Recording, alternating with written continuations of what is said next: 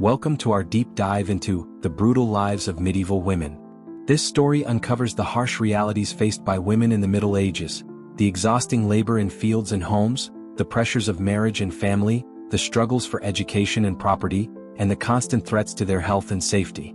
But it's also a story of resilience, intelligence, and quiet strength, showing how women navigated a world designed to limit them.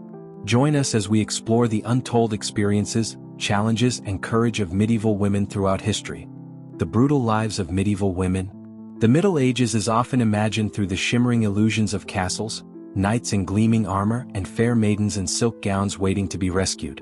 Yet behind these romanticized visions lies a harsher truth, especially for women.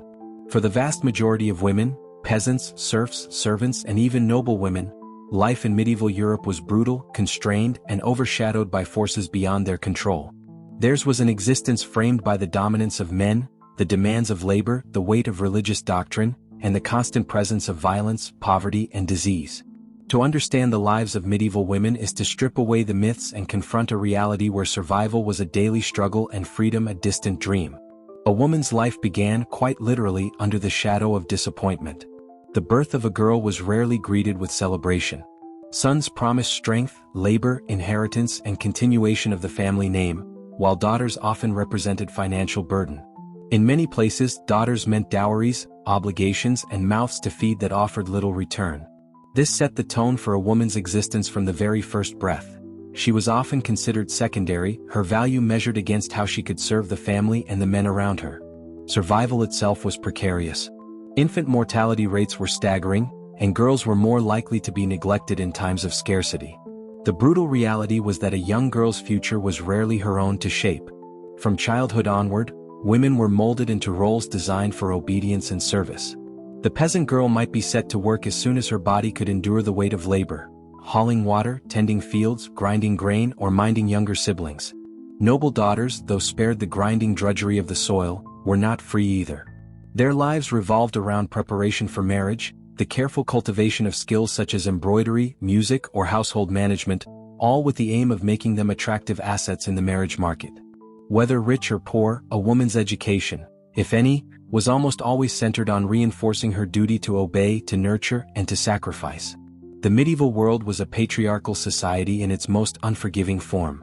Men ruled over households, villages, kingdoms, and even souls, as the church defined the very meaning of morality and worth. Women were consistently associated with weakness, both of body and spirit. The biblical story of Eve's temptation of Adam haunted the cultural imagination, casting women as the original source of sin.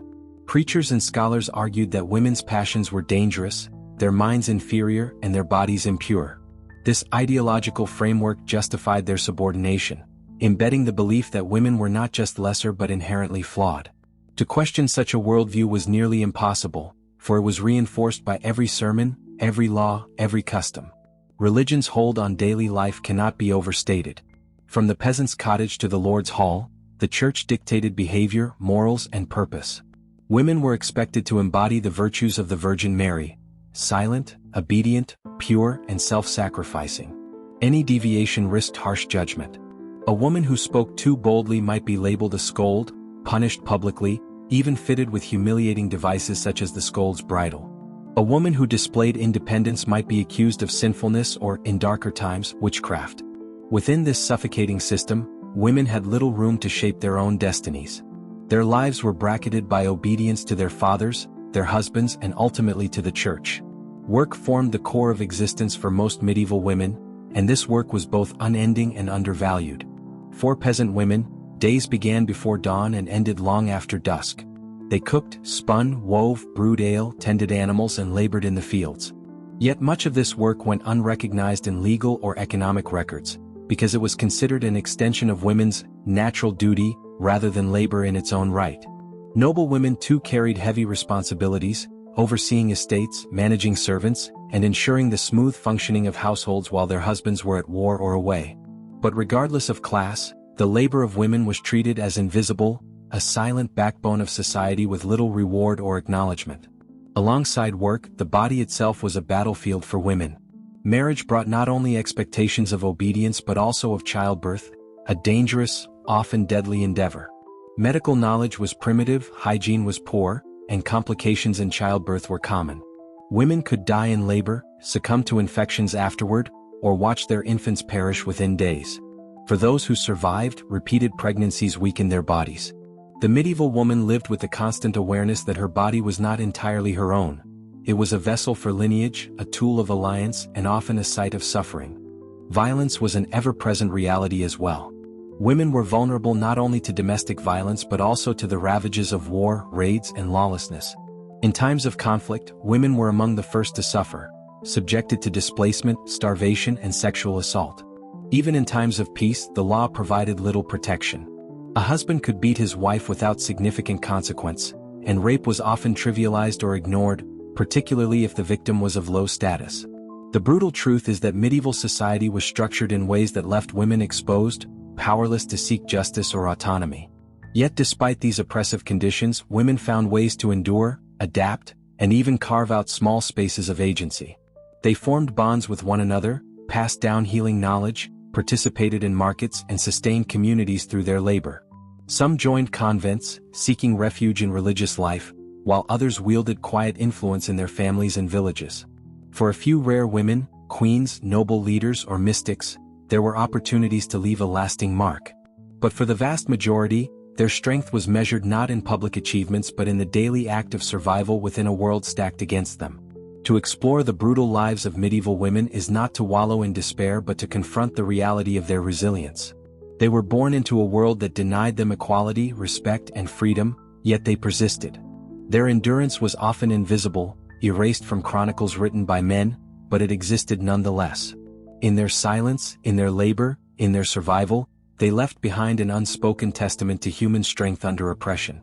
As we begin this journey into the lives of medieval women, we peel back the layers of myth and romanticism to uncover the truth. Theirs was a life shaped by brutality, but also by resilience and endurance that deserves recognition. In the medieval world, a girl's life began under the weight of circumstance, long before she could shape her own destiny. Childhood for medieval girls was not a period of innocence or freedom as it is often imagined today. Instead, it was a brief and fragile stage, often overshadowed by mortality, neglect, and the looming expectations of adulthood. For many, childhood was little more than preparation for the burdens to come. And from the very first cry, daughters were often greeted not with joy but with disappointment, sometimes even despair. The birth of a son was an occasion of triumph in many medieval households. Sons promised strength for the fields, heirs for the family name, and continuity for lineage. Their arrival was greeted with celebration, feasting, and prayers of thanksgiving. Daughters, however, were more often seen as financial liabilities, requiring dowries when they married and offering little in return to their birth families. This bias shaped not only the emotional environment in which a girl grew up but sometimes her very chance of survival. In times of famine or hardship, the girl child might be fed less or cared for less diligently than her brothers. While outright infanticide was condemned by the church, neglect and abandonment of daughters still occurred in subtle, socially accepted ways. Survival in childhood was itself a precarious achievement. Diseases, malnutrition, and poor sanitation ravaged medieval communities, and mortality rates for children were appallingly high. For daughters, who were often considered less vital to the household's survival, medical care, if any, was minimal. Many children perished before reaching the age of 5, and those who survived carried into adolescence the scars of hunger, illness, and toil. The mere act of living long enough to be considered of marriageable age was an accomplishment in itself. For those who did survive, the expectations of girlhood were laid out with clarity. A peasant girl, often from as young as 5 or 6 years old, began to contribute to the household's labor. She fetched water from wells or rivers, carried wood for the hearth, tended animals, weeded fields, and helped in the kitchen. The physical demands were relentless, and play was a luxury rarely afforded. Childhood was less a stage of exploration and more a training ground for adult life. Every task a girl performed was intended to prepare her for her eventual role as a wife and mother, teaching her endurance, obedience, and usefulness. In wealthier families, the life of a young daughter looked different on the surface but was no less constrained. Noble daughters were raised not for labor in the fields but for the equally rigid duties of the household and the expectations of status. From an early age they were instructed in the skills thought essential to a lady: sewing, embroidery, weaving, music, dancing, and sometimes reading and writing. Yet these pursuits were not designed for self-expression but to make a girl more desirable in the marriage market. where alliances and wealth were the true currency. Even in castles and manors, a daughter was rarely seen as an individual. She was an asset, a bargaining chip in the power struggles between noble families. Education for girls in medieval society was rare and heavily circumscribed. The church controlled most avenues of learning, and literacy was often reserved for boys who might become clerics or scholars. While some noble women and nuns were taught to read and write, the majority of girls grew up illiterate. Even when learning was permitted, it often revolved around religious instruction, memorizing prayers, understanding moral lessons, and reinforcing obedience to spiritual and paternal authority. Independent thought, critical learning, or curiosity outside these bounds was discouraged. The intellectual horizons of most girls were deliberately narrowed, leaving them dependent on male authority for knowledge and guidance. The church also deeply influenced the way childhood itself was understood. Religious teachings emphasized the innate sinfulness of human nature, and girls associated with Eve and the fall of man were considered particularly susceptible to temptation. From a young age, they were taught that their bodies were sources of danger and impurity. Modesty, chastity, and silence were drilled into them as virtues. A lively or outspoken girl might be chastised as immodest, her spirit broken down to fit the mold of a submissive woman. Childhood was not a space for self-discovery but an apprenticeship in obedience. Play, when it occurred, often mirrored these gendered expectations. While boys might fashion toy swords or play games that prepared them for future roles as warriors or farmers, girls imitated domestic tasks.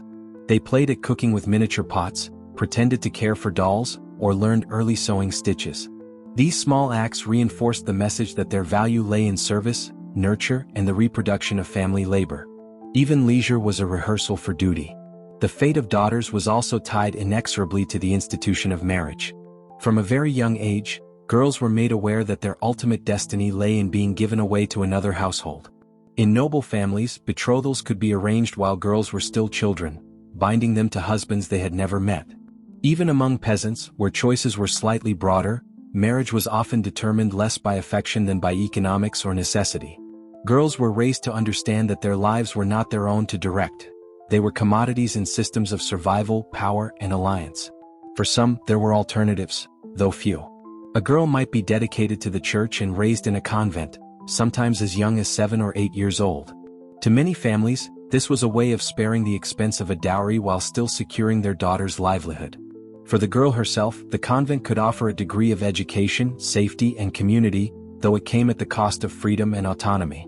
In many cases, the decision to enter religious life was not hers to make but was imposed by her family. Despite these grim circumstances, the bonds of girlhood did exist, even in hardship. Sisters, cousins, and neighbors often shared tasks and burdens, creating small spaces of companionship.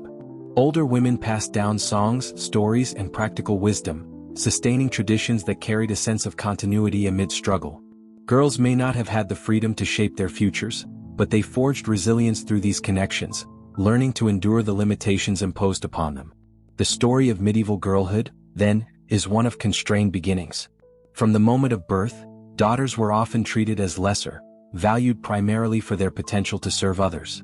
Their childhood was short, overshadowed by labor, duty, and the ever-present specter of mortality. Play was a shadow of adult roles, education was a tool of control, and their futures were preordained by forces outside their control. The brutal truth is that medieval girlhood was less about living as a child and more about preparing to endure as a woman. Yet within this narrow space, daughters learned the art of survival, a skill they would need for the rest of their lives. Marriage in the medieval world was not primarily about love, affection, or personal choice. It was, at its core, a transaction, an exchange of property, wealth, alliances, and obligations. Women stood at the very center of this system, not as active participants but as objects of exchange, their lives and futures negotiated by the men around them. To understand the medieval woman's life, one must examine marriage not as a romantic union but as an economic and political arrangement, one in which her autonomy was rarely considered and often erased. From the earliest stages of girlhood, the future of marriage loomed large. For noble families, a daughter's marriage was a tool of diplomacy and survival. A well-arranged union could secure lands, forge alliances, or bring peace between rival factions.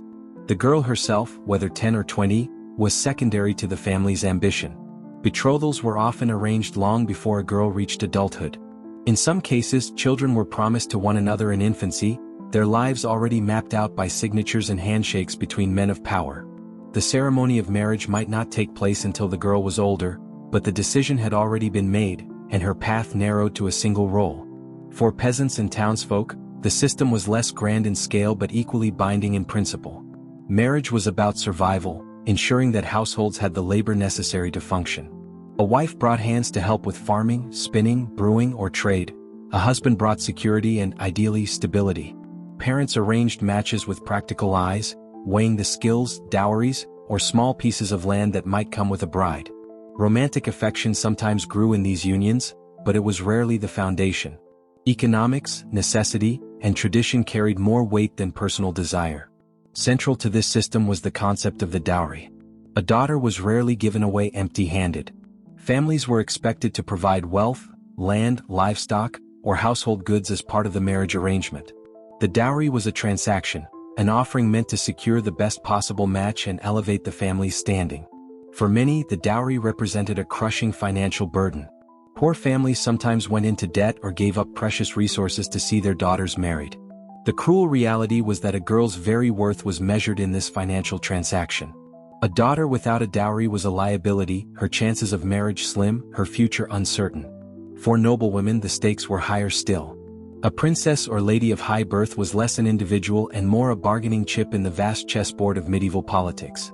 Marriages could unite kingdoms or ignite wars.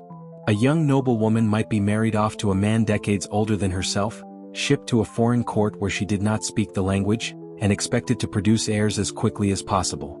Her personal desires were immaterial. She was her family's investment, her body the guarantee of treaties and legacies. In this sense, noblewomen bore the heaviest burden of being both highly valued and deeply objectified. The church played a complicated role in shaping medieval marriage. On one hand, it preached that marriage was a sacrament, a holy union blessed by God, indissoluble except by death.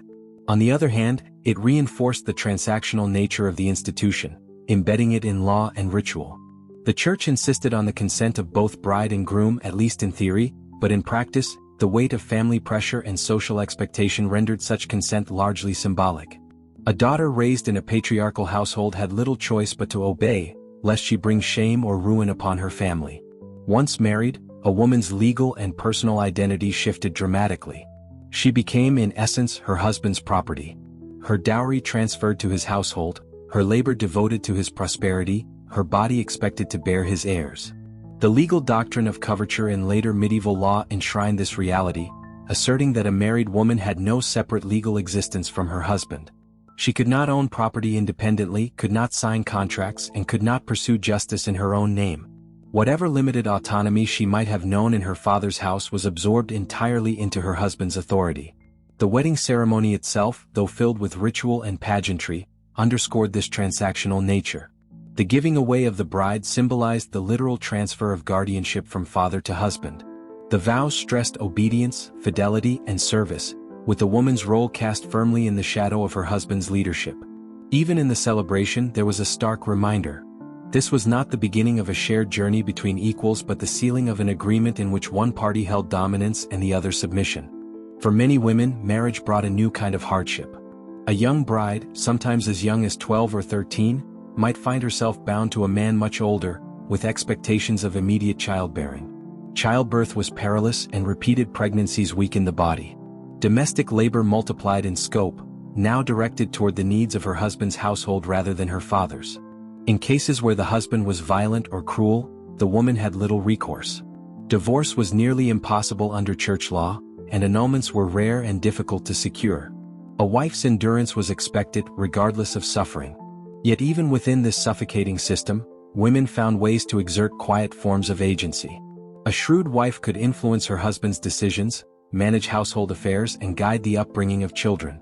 Noble women sometimes acted as regents in their husband's absence, wielding political power in subtle but significant ways. Among peasants, wives contributed economically through their labor, sometimes selling goods at markets or engaging in small-scale trade.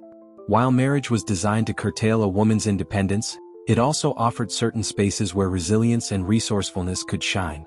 Still, the overarching truth remains. Marriage in the medieval world was not a partnership of equals but a transaction of power, property, and obligation. Women were exchanged, traded, and bound within a system that treated their bodies and labor as commodities. The dreams and desires of individual women were often silenced beneath the weight of custom and necessity. For many, marriage was not the beginning of a new life but the continuation of a lifelong chain of servitude, first to fathers and then to husbands. To look at medieval marriage honestly is to strip away the illusions of romance so often woven into tales of knights and ladies. Beneath the silk gowns and ceremonial vows lay a brutal truth. Marriage was rarely about love and almost always about control. For medieval women, it was the central defining event of their lives, one that shaped not only their daily existence but their very identities. In being married, they were not simply wives. They became the embodiment of a transaction, the living contract that bound families, economies, and kingdoms together. The image of medieval life is often dominated by kings, knights, and battles, yet the true foundation of society lay in the homes, cottages, and manors maintained by women's endless labor. For medieval women, domestic life was not a space of rest or leisure but a sphere of relentless work. From dawn to dusk, and often beyond, their hands shaped the survival of families and communities. To call it domestic may even understate its scale, for the household was the very engine of the medieval economy, and women's work sustained it at every level. The burden of this labor was immense, and though largely invisible in chronicles and records, it was the constant rhythm of women's lives. For peasant women, who formed the majority of the population, the day began before the sun had risen. The first task was to stoke the fire, often kept smoldering overnight, for without fire there was no warmth, no cooking, no survival. From there, the list of duties stretched unbroken across the day: fetching water from wells or rivers, a chore that could mean carrying heavy buckets across long distances, preparing coarse bread or porridge, tending to chickens, pigs, or cows, cleaning, spinning wool, and mending clothes. These tasks were not occasional but daily and necessary. A woman's failure in them could mean hunger or hardship for the entire household. Cooking alone was a demanding responsibility. Without modern conveniences, meals were prepared from scratch, using whatever was available from the field, garden, or market. Bread, the staple of medieval diets, required grinding grain, mixing dough, and baking, often in communal ovens that required waiting or sharing space. Brewing ale was another frequent task, as it provided a safe drink where water was often unsafe. This required knowledge, patience, and careful timing, skills passed from mother to daughter as part of a generational inheritance of labor. The household economy ran on such knowledge, often invisible but indispensable. Childcare was another constant duty, and for women, it was never limited to their own offspring. Older daughters cared for younger siblings, women helped neighbors in times of need, and entire villages relied on one another for survival. Infants required near-constant attention, carried in slings as mothers worked, nursed in between chores, or watched over by siblings. With high child mortality rates, the emotional weight of childcare was immense.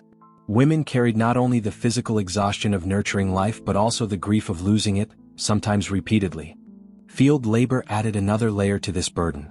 In peasant families, wives worked alongside their husbands in planting, harvesting, and maintaining crops. Women hoed, weeded, and even plowed when necessity demanded. During harvest, the entire household was mobilized, for survival depended on it. Far from being confined to the hearth, women's labor extended to the very soil of the land. And yet, while men's contributions were often recorded and recognized, women's were seen as natural extensions of duty, unworthy of acknowledgement in official accounts. Even noble women, spared the physical drudgery of farm work, carried heavy domestic responsibilities. They were the managers of estates, overseeing large households filled with servants, cooks, and laborers. A noblewoman's role was to ensure the smooth operation of her domain, balancing accounts, managing supplies, and organizing feasts and hospitality. In her husband's absence, often prolonged by war or travel, she might act as steward, making decisions that affected dozens or even hundreds of people. Though her work was framed as supportive, the survival of estates depended on her skill and diligence.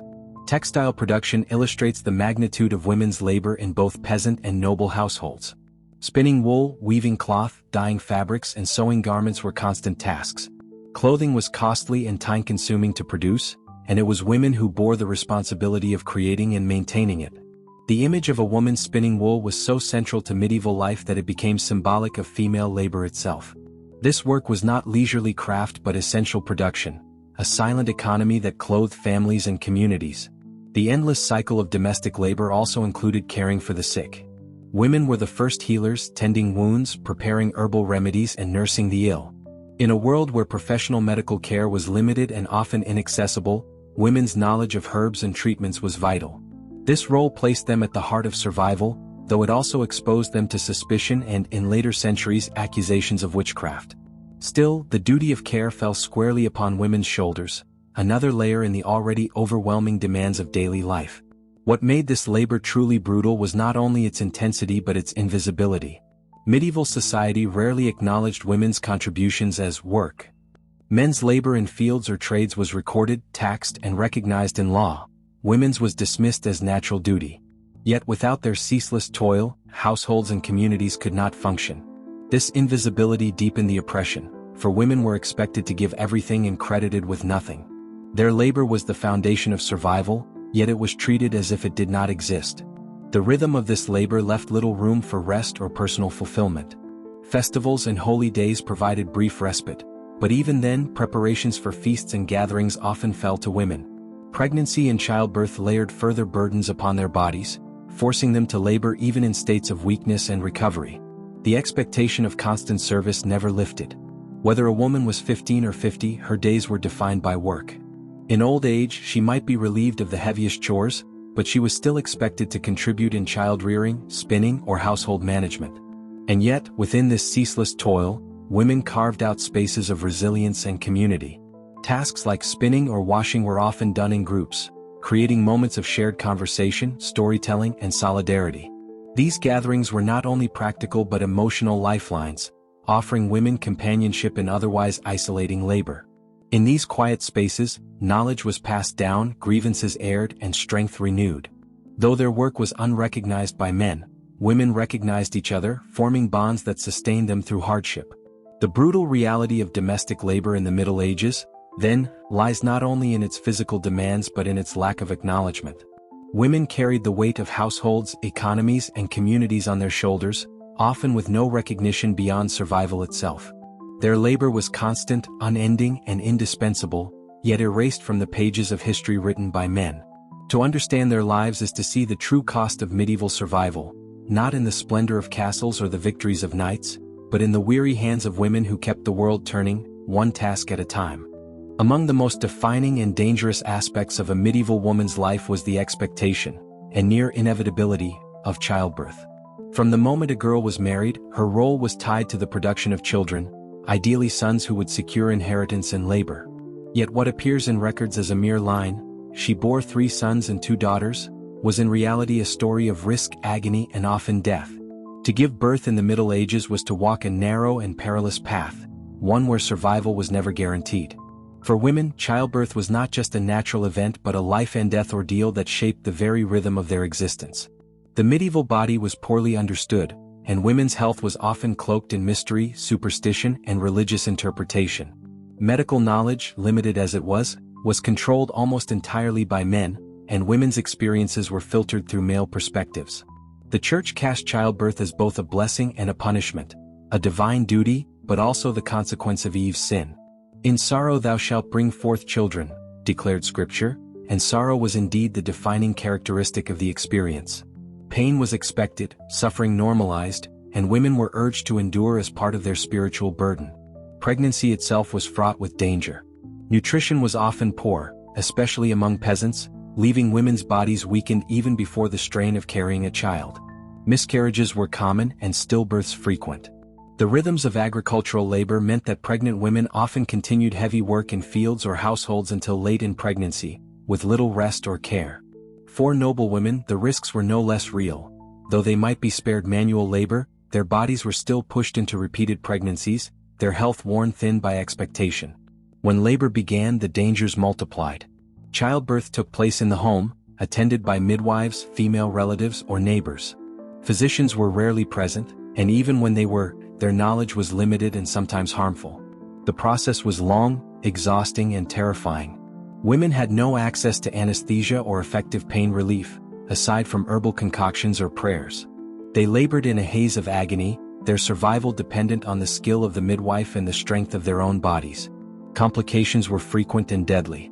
Obstructed labor, breech births, hemorrhages, and infections claimed countless lives.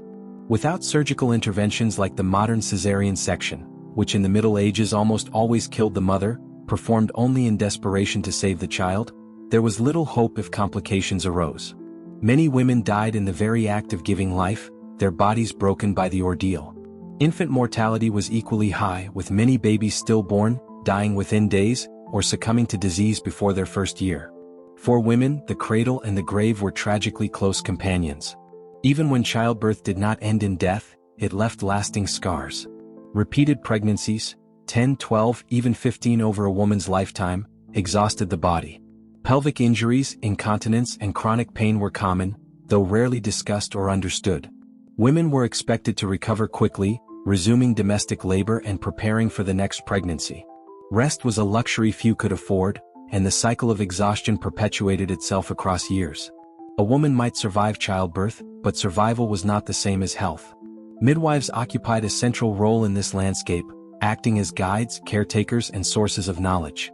They inherited traditions of herbal remedies, massage, and ritual practices passed down through generations of women. For many, the midwife was the only source of comfort and expertise during labor. Yet midwives also occupied a precarious position in society. They were respected in times of need but often distrusted by male authorities, accused of superstition, malpractice, or even witchcraft. As male physicians began to assert dominance over medicine in the later Middle Ages, midwives were increasingly marginalized, their skills dismissed as unscientific even as they remained essential. Religion shaped the experience of childbirth in profound ways. Women prayed to saints for safe deliveries, wore amulets or charms, and recited protective prayers. Some carried relics into the birthing chamber, seeking divine intervention in their hour of peril. The Church offered rituals such as the churching of women after childbirth, a blessing intended to purify them before returning to communal worship. Yet this practice also reinforced the notion that childbirth rendered women spiritually unclean, their bodies tainted by blood and suffering. Thus, even in surviving the ordeal, women were marked by stigma and exclusion. The emotional toll of childbirth was immense. Women lived with constant anxiety about death, either their own or their child's. Stories and songs of mothers dying in labor were part of the cultural fabric, reinforcing both the fear and the expectation of suffering. A woman might bury multiple children before seeing one survive to adulthood, each loss compounding grief upon grief. For those who longed for sons, the pressure was even greater. A failure to produce male heirs could lead to shame, diminished status, or even annulment of marriage in noble families. The womb became a site not only of physical danger but of social judgment. Despite this brutality, women found strength in community. Childbirth was one of the few times when men were absent and women gathered together in solidarity. Female relatives, neighbors, and midwives created a space of shared knowledge and empathy, supporting one another through cries of pain and whispered prayers. In these moments, the bonds of sisterhood offered a fragile shield against the overwhelming dangers. The birthing chamber was at once a place of fear and of female connection, where survival depended not only on luck but on the collective strength of women. The perils of childbirth shaped medieval society itself. High maternal and infant mortality meant that families often had many children, hoping that a few would survive. Women's lives were shortened, their health consumed by the cycle of pregnancies. The fragility of life gave rise to rituals, superstitions, and a culture deeply preoccupied with death. Behind every lineage, every inheritance, every recorded birth lay an untold story of suffering, risk, and resilience. In the end, childbirth in the Middle Ages was not merely a biological event but a central axis of women's existence. It embodied the brutal reality of their lives, the expectation of service, the weight of suffering, and the constant presence of death. Yet it also revealed their resilience, their ability to endure pain, loss, and danger with courage. Medieval women may not have had control over their bodies or destinies, but they carried within them the power to create life, even when doing so cost them their own.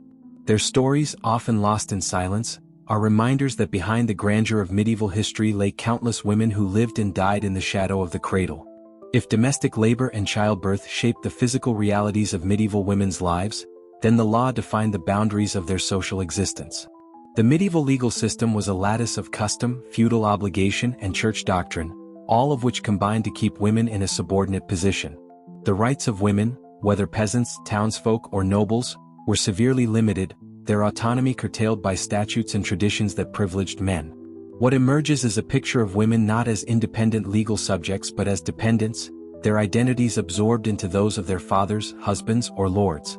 At the heart of medieval law lay the principle of female guardianship. A woman was rarely considered capable of standing alone in society. As a child, she was under the guardianship of her father or male kin. Upon marriage, this guardianship passed seamlessly to her husband. Widows, though often enjoying slightly more freedom, were still bound by the expectations of family or community. The underlying assumption was simple. Women required male oversight for they were considered too weak, emotional, or irrational to manage their own affairs. This assumption justified a host of restrictions, codified in law and enforced in daily life. Property rights reveal the depth of these restrictions. In many regions, women could not inherit land if male heirs existed, even if those heirs were distant relatives. Daughters might receive dowries, but land and titles typically passed through male lines. Noble women could sometimes inherit when no sons survived, but even then their control was tenuous. Marriages were arranged quickly to transfer property into the hands of husbands, effectively reducing the woman to a vessel of transmission rather than an owner. Among peasants, women might hold small plots of land as widows, but their rights to sell, manage, or defend these holdings were limited. The very soil upon which survival depended was largely beyond their legal reach. The doctrine of coverture, which gained prominence in later medieval England, encapsulated this subordination. Under coverture, a married woman had no separate legal identity. She could not own property, enter contracts, or pursue legal claims independently. Her rights were covered by her husband, who acted in her name. Though variations existed across Europe, the principle was widespread. Marriage absorbed the woman into her husband's authority, erasing her as a legal subject. The law saw her not as a person in her own right but as an appendage of her husband. Criminal law reflected similar inequalities. Women accused of crimes often faced harsher scrutiny, especially in cases involving sexuality or morality.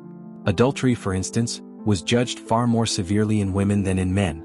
A man's infidelity might be tolerated or even ignored, but a woman's could be grounds for annulment, disgrace, or violent retribution. Sexual violence, though rampant, was rarely punished with seriousness. A rapist might pay a fine to the woman's family, treating the crime as damage to male property rather than a violation of the woman herself. Justice was not about her body or dignity but about the financial loss inflicted on her male guardian. Domestic violence was similarly normalized. While the church urged moderation, the law often allowed husbands to discipline their wives physically, so long as they did not cause death or grievous injury. Beating a wife was considered a husband's right, part of maintaining order within the household. Women who sought protection had few avenues. To complain was to risk shame, disbelief, or even retaliation. The law stood firmly on the side of male authority, leaving women vulnerable within their own homes. The church, wielding enormous influence, reinforced these legal and cultural norms. Canon law governed marriage, inheritance, and morality, embedding religious doctrine into the fabric of daily life. Women were taught that obedience was not only a social duty but a spiritual one. Disobedience to husbands or fathers was framed as sin, rebellion against the divine order established by God. Theological justifications, the weakness of Eve, the purity of the Virgin Mary, the need for female silence, were woven into legal frameworks, ensuring that oppression was not merely practical but sanctified. And yet, the story is not one of complete erasure. Within the cracks of this oppressive system, women did carve out limited rights and protections. Widows, in particular, often held a degree of independence. Without a husband's authority overshadowing them, some widows managed estates, engaged in trade, or defended their rights in court. Their status was precarious and often temporary, but it provided glimpses of autonomy rare in married life. In towns, women sometimes joined guilds, participated in markets, and even defended their property in civic courts. These were exceptions, not the rule, but they show that medieval women were not entirely passive in the face of restrictive laws. Custom also varied by region, creating a patchwork of experiences. In some parts of Europe, daughters could inherit land more freely. In others, dowries provided significant economic security. Peasant women might enjoy more practical authority within their households, simply because survival required their active participation. Noble women, though constrained, could wield soft power through family alliances, patronage, and household management. The law was harsh and limiting, but life often required flexibility, and women exploited whatever loopholes they could find. Despite these nuances, the overarching picture remains one of systemic inequality. The law reflected and reinforced a worldview in which women were subordinate, their worth measured in terms of service, obedience, and transmission of property. Legal documents, court records, and charters reveal how deeply entrenched this subordination was, reducing women to secondary figures in the eyes of justice. Their voices were rarely heard, their grievances rarely taken seriously, and their identities almost always tied to the men around them. To live as a woman in medieval Europe was to exist within a cage of legal limitations, a cage built of both law and custom. Every stage of life, daughter, wife, mother, widow, was defined by male authority. Even in death, women's wills and testaments were often subject to approval by male relatives or clergy. Autonomy was not a right but an anomaly, granted only in specific circumstances and often stripped away again. The brutal truth of medieval law is that it was not designed to protect women but to control them. It enshrined the power of men, justified their authority, and rendered women legally invisible. Yet within this system of erasure, women survived, endured, and sometimes resisted. They navigated courts, markets, and households with resourcefulness, finding ways to bend rules to their advantage. Their lives remind us that even within the harshest constraints, human resilience finds expression. But resilience does not erase injustice. The medieval legal system was a structure of oppression, one that weighed heavily upon women and shaped the contours of their existence. In medieval Europe, no force shaped women's lives more profoundly than religion. The church was not merely a spiritual authority, it was the architect of social order, the arbiter of morality, and the ultimate judge of women's worth. Within its teachings, women were defined by a paradox. They were at once revered as potential saints and condemned as the descendants of Eve, forever tainted by sin. Between these extremes, most women lived out their days under the heavy burden of obedience, their every action measured against the expectations of faith. The Church's view of women was rooted in scripture and theology, which cast them as inherently weaker, both in body and in spirit. Eve's transgression in the Garden of Eden loomed large in medieval imagination, serving as a constant reminder of female frailty and moral danger. Women were seen as gateways of temptation, susceptible to sin and capable of leading men astray. To guard against this, obedience was demanded, obedience to fathers, to husbands, and ultimately to God. A woman's virtue was measured not by her independence but by her submission. Religious instruction reinforced these ideals from an early age. Girls were taught to pray, to remain modest, to guard their chastity, and to accept suffering as their lot. Silence and humility were exalted as virtues. The writings of church fathers, from Augustine to Thomas Aquinas, painted a portrait of womanhood steeped in obedience. Thomas Aquinas himself described women as defective males, necessary for reproduction but spiritually inferior. Such teachings were not abstract philosophy but guiding principles that permeated laws, customs, and daily practices. For married women, obedience to husbands was framed as both a social duty and a religious command. The household was imagined as a miniature kingdom, with the husband as ruler and the wife as subject. To resist this order was to risk not only domestic strife but spiritual condemnation. Sermons echoed with warnings against disobedience, while manuals for confessors instructed priests to probe women about their submission to husbands. The hierarchy of gender was thus sanctified, woven into the very fabric of religious life. Virginity, on the other hand, was exalted to near divine status. The Virgin Mary stood as the ultimate model of purity, her chastity presented as the highest female virtue. Women who renounced marriage and devoted themselves to the church as nuns or anchoresses were celebrated for escaping the pollution of sexuality. Cloistered life offered some women an alternative to domestic subordination, though it brought its own demands of obedience, to abbesses, bishops, and the strict rules of monastic orders. Still, for many women, the convent was one of the few spaces where they could wield authority, gain education, or exercise a degree of independence. Yet even in the religious sphere, women were rarely granted full recognition. The priesthood was closed to them, their voices excluded from the pulpit. The sacraments, the rituals, the leadership of the church, all were monopolized by men. Women could pray but they could not preach, they could serve but not command. Their spirituality was mediated through male clergy, who acted as gatekeepers to salvation. Even female saints, revered and venerated, were often framed as exceptions to the rule, their sanctity proof not of women's equality but of their extraordinary submission to God. Obedience was also enforced through rituals and practices that touched every stage of life. Marriage itself was sanctified by the Church, binding women not only to their husbands but to the vows of fidelity and obedience. After childbirth, women underwent the ritual of churching, a blessing that both welcomed them back into the community and reinforced the notion of impurity tied to their bodies. Confession became a tool of surveillance, requiring women to reveal intimate details of their lives to priests who judged their behavior against religious standards. Through these practices, the Church inserted itself into the very heart of women's existence, shaping their sense of self and their place in the world. Fear played a powerful role in enforcing obedience. The threat of eternal damnation loomed large, and women were reminded constantly of the dangers of sin. Tales of disobedient wives punished in hell, or of lustful women transformed into demons, circulated in sermons and popular literature. The line between instruction and intimidation was thin. For women, the choice seemed stark: obey and suffer in silence on earth, or risk suffering eternally in the afterlife. Religion offered comfort and meaning, but it also shackled them with fear. And yet, within this system, women found ways to express their spirituality. They wrote devotional texts, composed prayers, and engaged in acts of piety that allowed them to carve out personal relationships with God. Mystics like Hildegard of Bingen and Julian of Norwich offered visions and writings that challenged male-dominated theology, reminding the world that women too could be vessels of divine wisdom. Their works were extraordinary precisely because they broke through the barriers of silence and obedience, offering glimpses of female voices in a world that sought to silence them. Ordinary women too infused their daily lives with faith.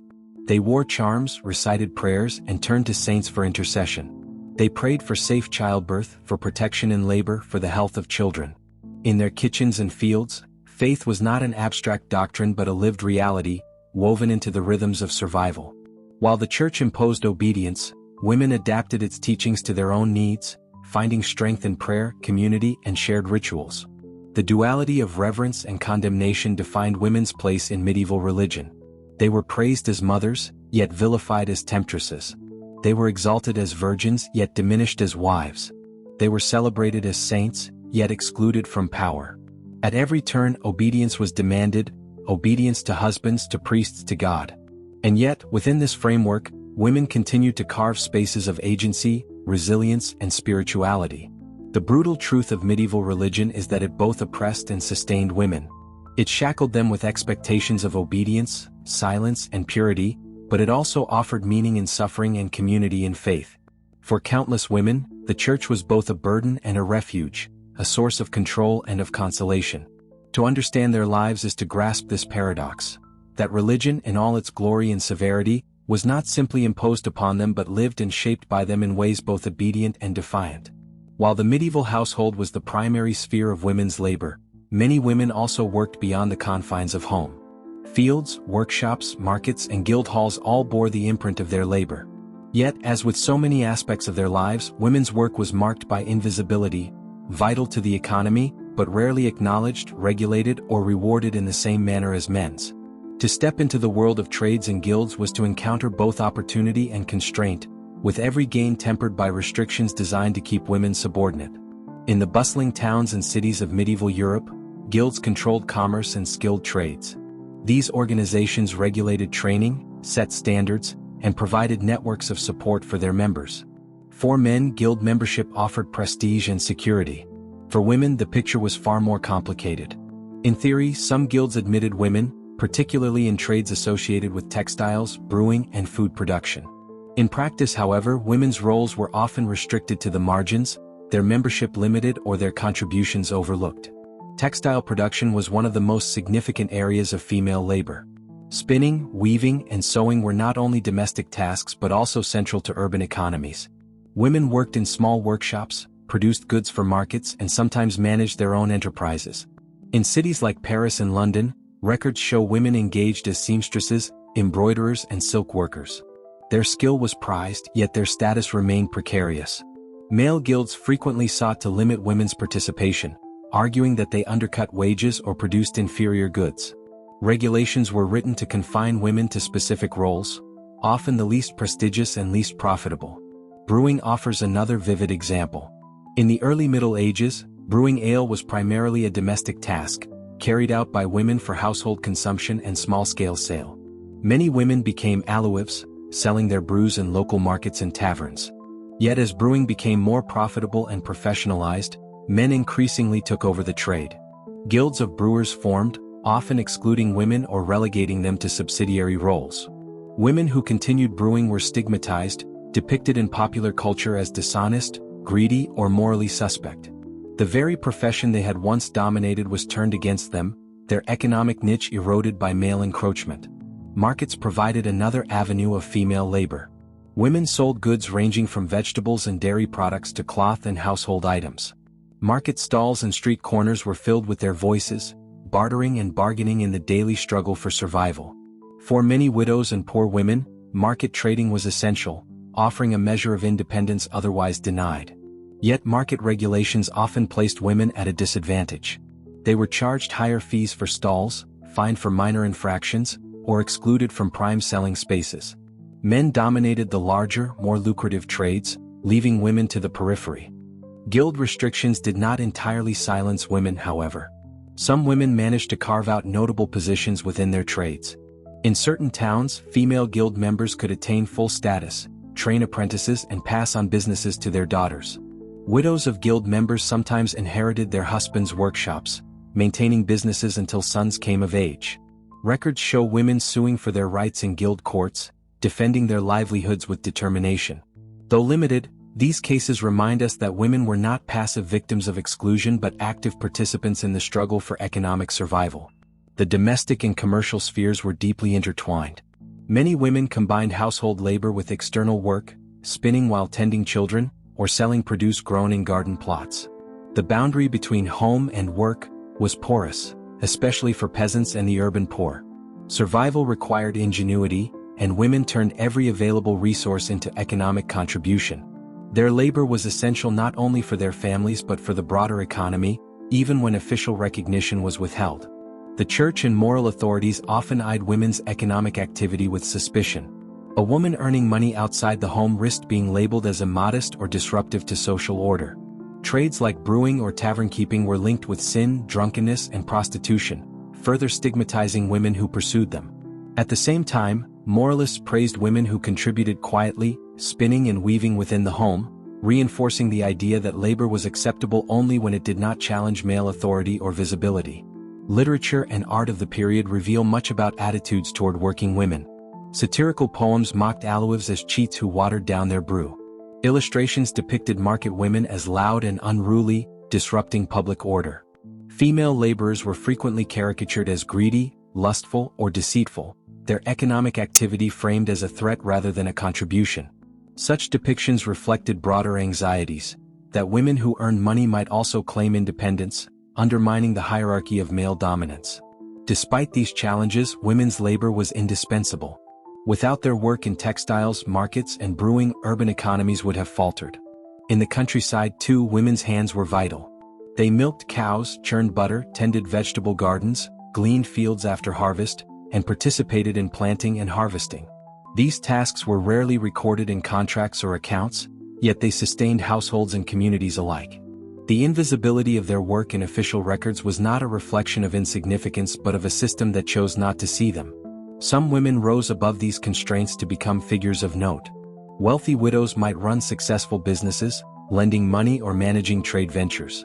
In exceptional cases, women even led workshops that competed with men's. Their names survive in scattered documents, reminders of those who resisted the confines of gendered labor.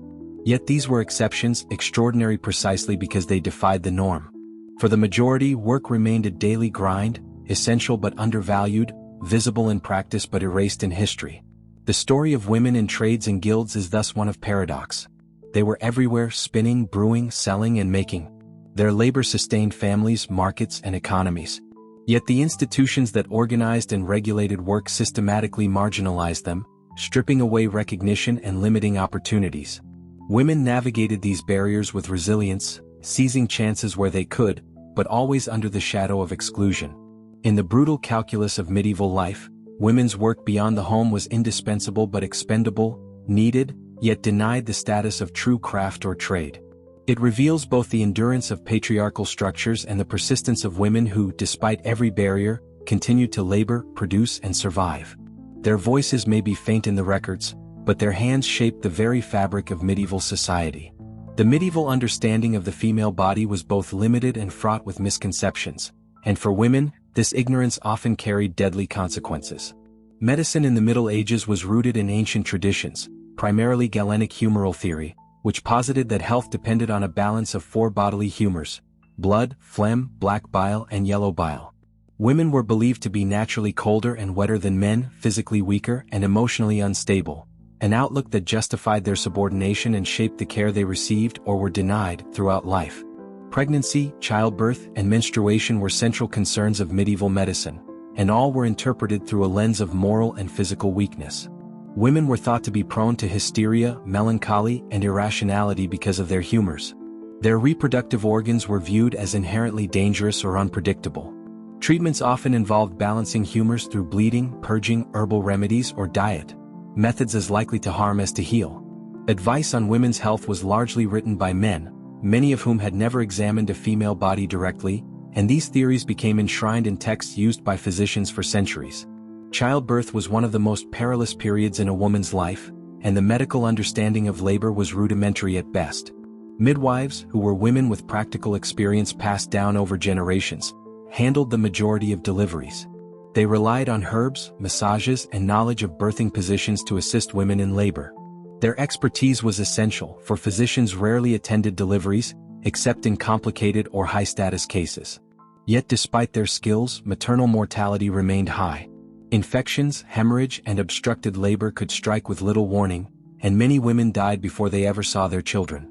The female body outside of reproduction was equally misunderstood.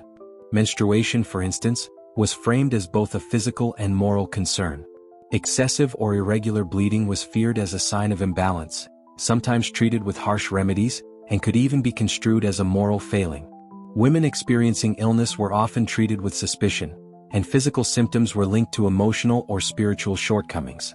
A woman who complained of pain or fatigue might be dismissed, her suffering attributed to temperament, sin, or hysteria.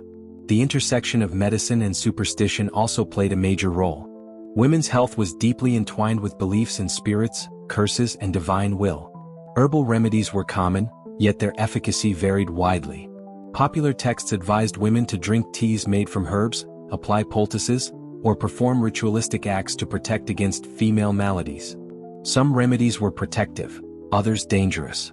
Women sometimes faced accusations of witchcraft if their healing practices were misunderstood or challenged by male authorities, blurring the line between medicine and criminality. Widows and older women often became the primary caregivers and informal healers of their communities.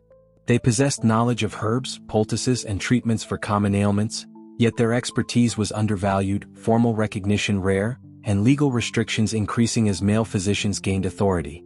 Women without institutional support faced the double burden of maintaining health within their families while navigating social suspicion. Even when capable, their work was framed as charity or duty rather than professional skill. Nutrition and daily labor had direct consequences for health.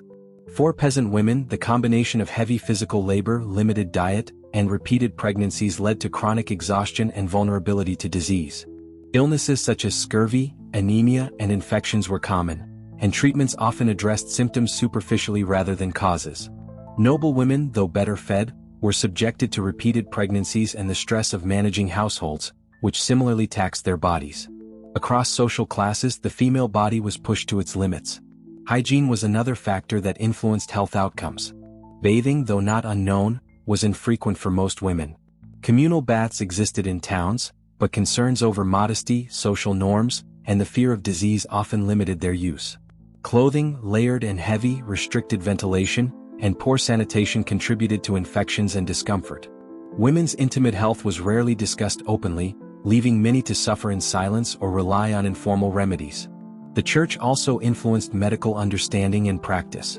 Female suffering was interpreted through spiritual frameworks, reinforcing the notion that women were weaker and more prone to sin. Healing was sometimes combined with prayer, charms, and pilgrimages to holy sites. Saints known for interceding in childbirth or illness became focal points for devotion, and women often sought both spiritual and practical aid in tandem. This blending of religion and medicine underscores the holistic, yet constrained, approach to women's health in the medieval world. Despite these challenges, women were not passive victims. They sought knowledge, shared remedies, and supported one another in both childbirth and illness. Midwives trained apprentices, older women guided younger relatives, and communities developed informal networks of care. In these spaces, women exercised agency, negotiating their survival and the health of their families against a backdrop of ignorance, danger, and patriarchal control. Yet the overarching reality remained harsh. The medieval female body was a site of vulnerability, social control, and exploitation. Illness and reproductive demands were inescapable, and medical care, limited as it was, often failed to protect the women most at risk. Survival depended on endurance, knowledge passed through generations, and the support of female networks. For every life saved, countless others were lost, their suffering unrecorded, their deaths often unremarked beyond family and community. The story of medicine and the female body in the Middle Ages is thus one of paradoxical dependence and oppression. Women were central to caregiving and the transmission of medical knowledge, yet their own bodies were neglected, misunderstood, and subjected to control. Their lives were shaped by physical hardship, social expectation, and the pervasive authority of both male physicians and church doctrine. To endure as a woman was to navigate a complex web of risk, care, and resilience, often without recognition or reward. In understanding the brutal realities of medieval women's health, one sees both the fragility and strength of their existence. The body was a site of labor, reproduction, and potential death, yet it was also the locus of survival, resilience, and knowledge. Women carried their own physical burdens while sustaining the health of families and communities, leaving a legacy of endurance that quietly underpinned the society around them. Their bodies were contested, their lives dangerous, but their perseverance was extraordinary, an essential, though often invisible, foundation of the medieval world. In medieval society, a woman's sexuality was both a source of power and a constant threat. Reputation was everything, and social, legal, and religious structures worked together to control female behavior, often violently. The boundaries of acceptable conduct were rigid, leaving women vulnerable to exploitation, abuse, and social condemnation. To navigate this terrain required constant vigilance, for any perceived transgression could have devastating consequences for life, marriage prospects, and survival. From a young age, girls were instructed in the importance of chastity and virtue. Their bodies were treated as vessels of family honor, their behavior closely monitored by parents, relatives, and community members. A girl's reputation was tightly bound to the perception of her sexual purity. Men and boys were granted far more freedom, yet women bore the brunt of social control. Gossip, rumors, and public censure could irreparably damage a woman's prospects, highlighting the fragile balance between survival and social judgment. Marriage and sexuality were inseparable.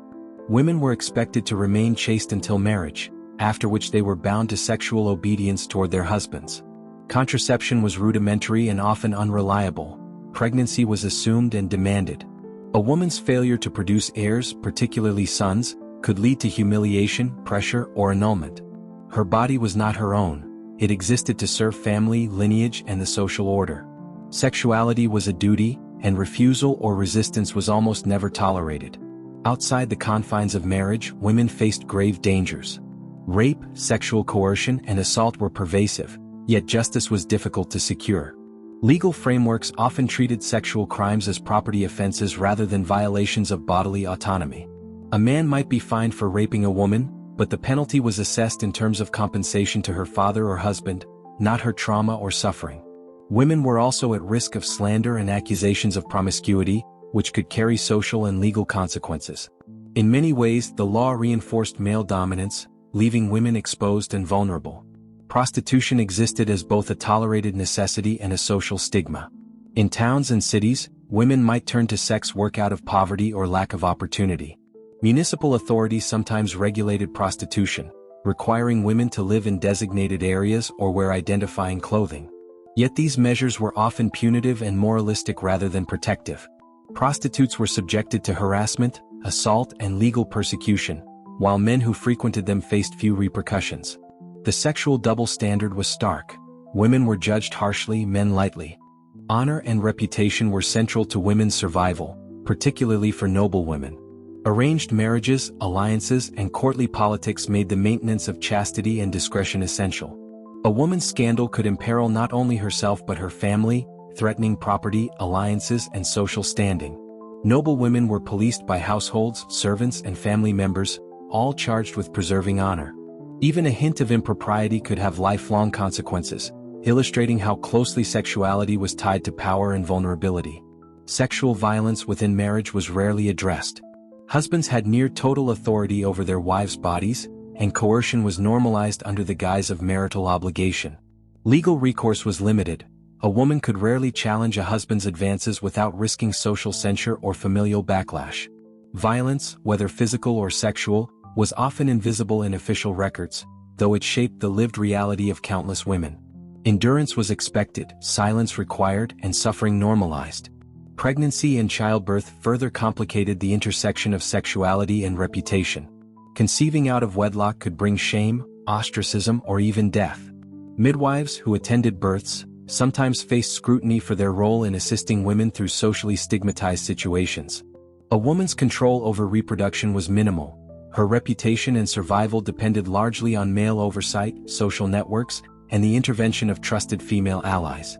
Religious doctrine reinforced control over female sexuality. Sin, lust, and temptation were framed as inherently feminine traits. Women were warned against seduction, both as potential instigators and victims. Confession became a tool of surveillance, probing women for sins of the flesh while men faced less scrutiny. Moral instruction was constant, teaching that deviation from chastity or obedience was not only socially unacceptable but spiritually perilous. Religion and social norms worked hand in hand to regulate women's bodies and behavior. Despite these dangers, women exercised agency where they could. Some negotiated the terms of marriage, sought protection through family or patronage, and relied on female networks to navigate threats. Midwives, mothers, and elder women shared knowledge of herbs, rituals, and strategies to avoid coercion or maintain fertility. Within these networks, women created spaces of resilience, protecting themselves and one another in a society structured against them. Sexuality, reputation, and violence were inseparable threads in the fabric of medieval women's lives.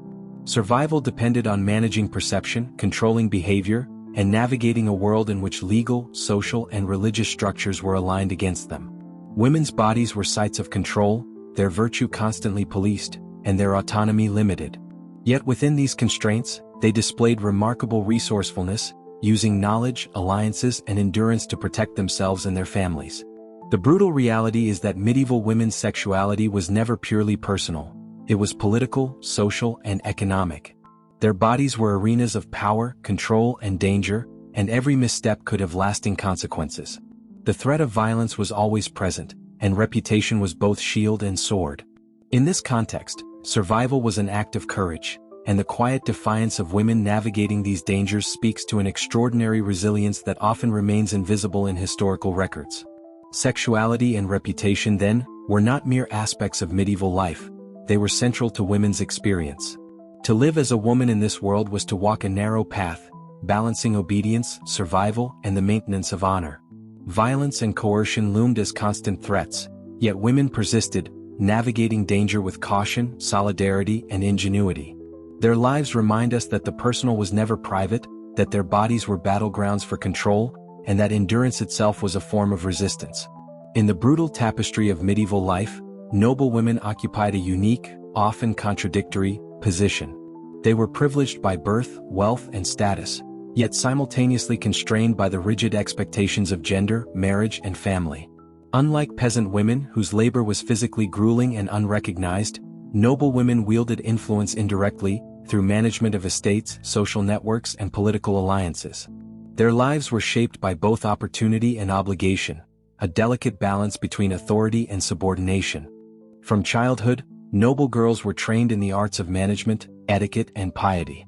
Education focused less on literacy or scholarship and more on practical and social skills necessary for their future roles as wives and mistresses of households.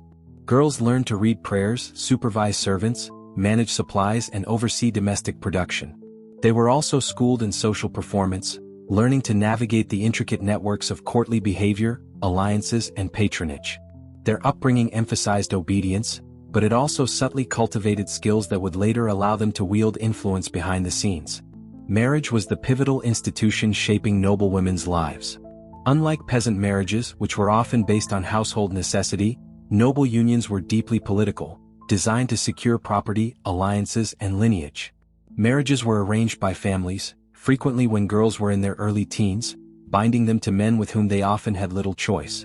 Dowries, inheritance, and family honor were central considerations, and women were treated as conduits for wealth and social connections. In these unions, personal autonomy was limited, yet the stakes were enormous.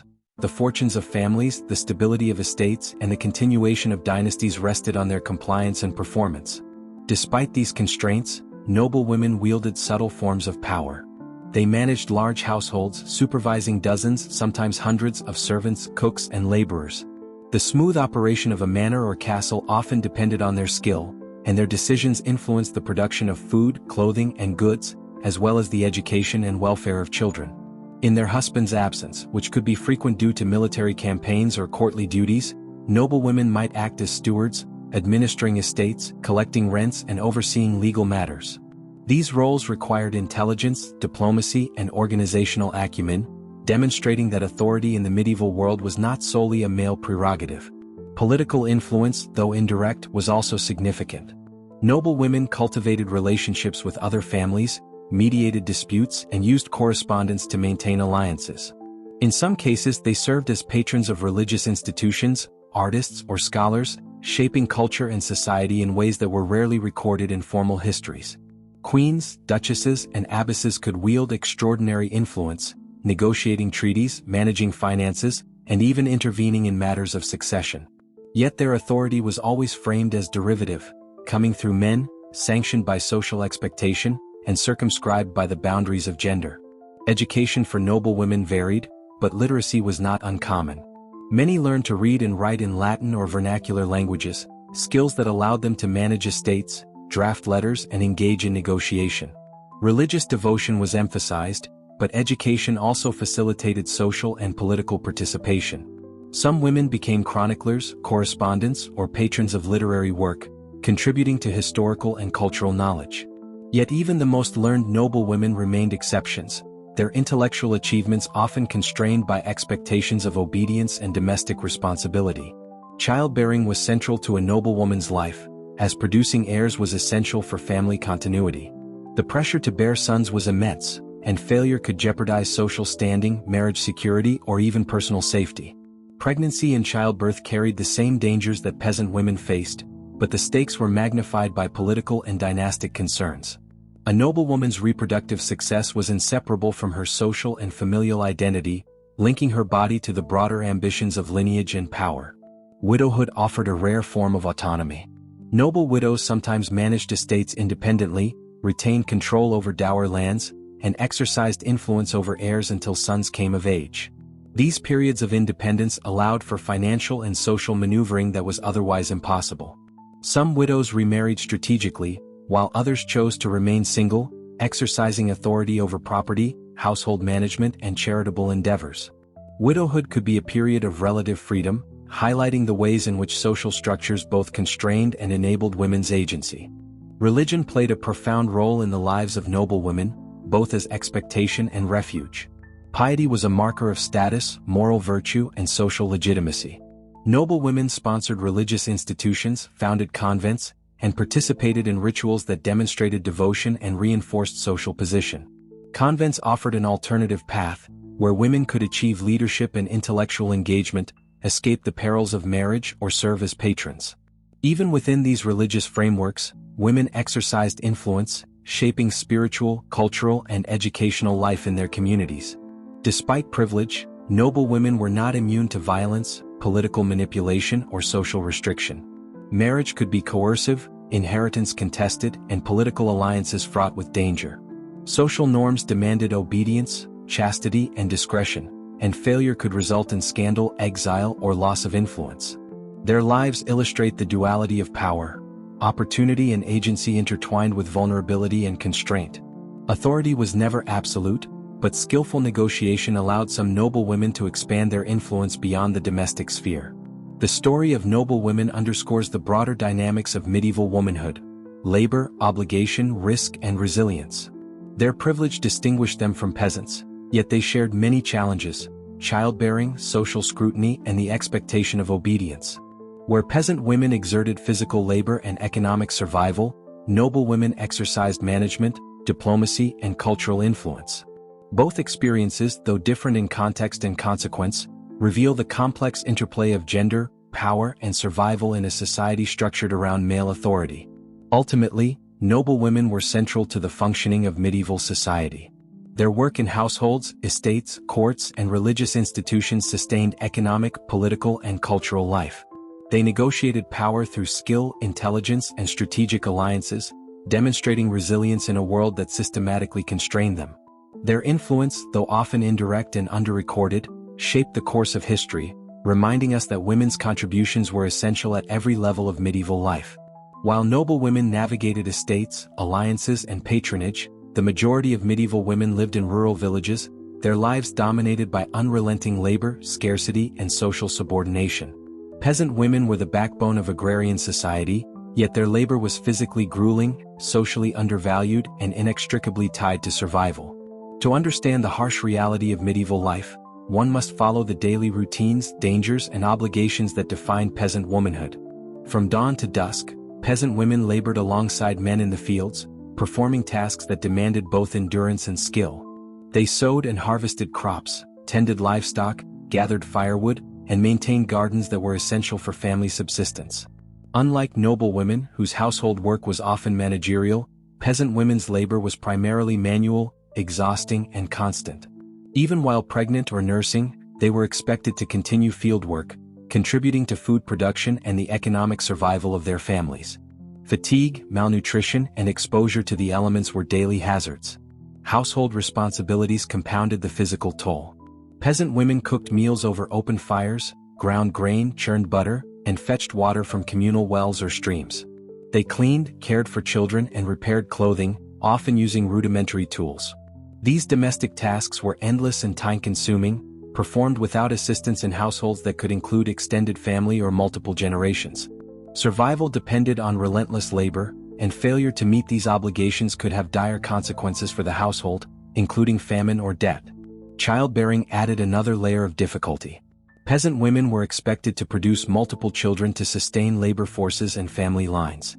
Pregnancy and childbirth were fraught with danger, exacerbated by the demands of daily labor and limited access to medical care. Miscarriages and maternal deaths were common, and infant mortality rates were high. The burden of reproduction was both physical and social. Children were vital for household survival, and women bore the responsibility, often with little support beyond midwives or older female relatives. Healthcare was rudimentary and largely home-based. Peasant women relied on herbal remedies, folk knowledge, and the experience of older women in the village. Physicians were expensive and typically inaccessible to rural families. Illness or injury could devastate households, for the survival of the family depended on the labor of both men and women. Epidemics, crop failures, and food scarcity further intensified the vulnerability of peasant women, highlighting the precarity of rural life. Social and legal structures reinforced women's subordination. Land ownership was limited, inheritance favored male heirs, and women's labor was often taken for granted. Even as they contributed indispensably to the household and community, peasant women were subject to patriarchal authority, bound to fathers, husbands, or male kin. Legal protections against domestic abuse or exploitation were minimal, leaving women exposed to violence, coercion, and social control.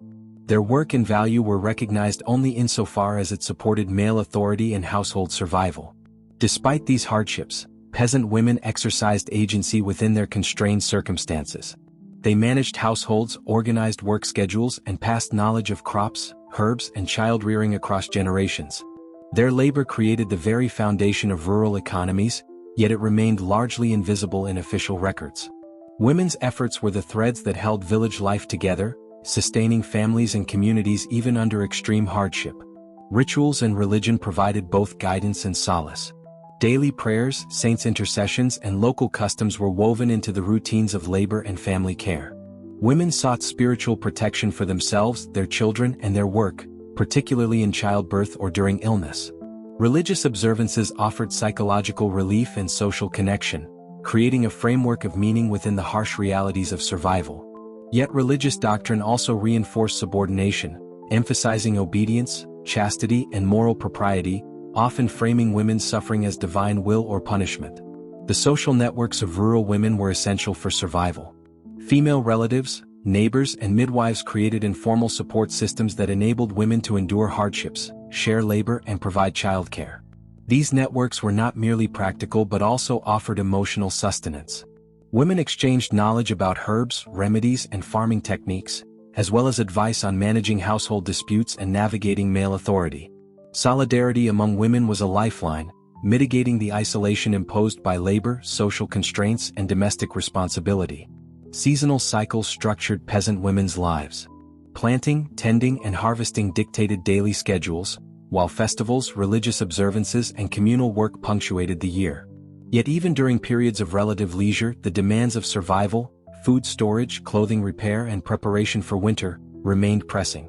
Rest was scarce, and illness, famine, or conflict could quickly undo any respite. The rhythm of labor and survival defined peasant women's existence, leaving little room for personal autonomy or escape from societal expectations. The vulnerability of peasant women extended beyond physical labor. They were subject to sexual exploitation, violence, and social stigma, often with limited recourse. Marriage, though sometimes a source of protection, could also be a site of coercion and control. Widows and unmarried women faced economic insecurity and social marginalization. Despite these dangers, women navigated their lives with ingenuity, resilience, and adaptability, finding ways to survive and support their families under constant strain. The brutal reality of rural life demonstrates that peasant women bore the weight of both household and economic survival. Their labor, skill, and endurance were central to the functioning of medieval society, yet their contributions were systematically undervalued. They lived with constant physical and social pressures, navigating gendered expectations, poverty, and vulnerability while sustaining the daily life of villages and estates alike. Peasant women's experiences reveal the intersection of survival, labor, and gender in the medieval world. Their stories are marked by endurance in the face of relentless hardship, resourcefulness under constraint, and quiet resilience that ensured the continuity of family and community. Though largely absent from official chronicles, their lives were the foundation upon which the economy, culture, and society rested. In every sowed field, tended animal, and labored hour, they shaped the world in ways both essential and often unrecorded. While rural life dominated the majority of medieval women's existence, towns and cities offered a distinct set of challenges and opportunities. Urban centers were bustling hubs of commerce, craft, and social interaction, and women played indispensable roles in sustaining them. Yet urban life was a double-edged sword. It allowed women access to trade, markets, and limited autonomy, while exposing them to stricter legal restrictions, moral scrutiny, and economic competition. In towns, women's labor extended far beyond the domestic sphere.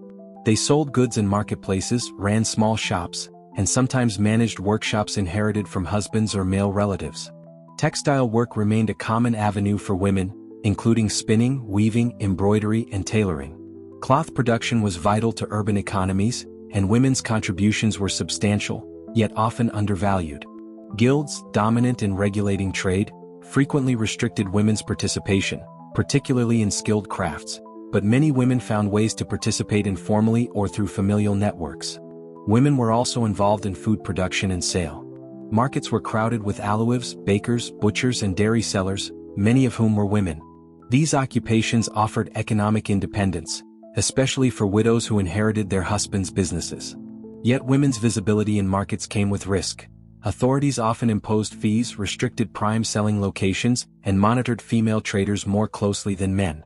Social suspicion could attach to women working publicly, with moral judgments linking commerce to immorality, particularly for those in trades associated with alcohol or leisure.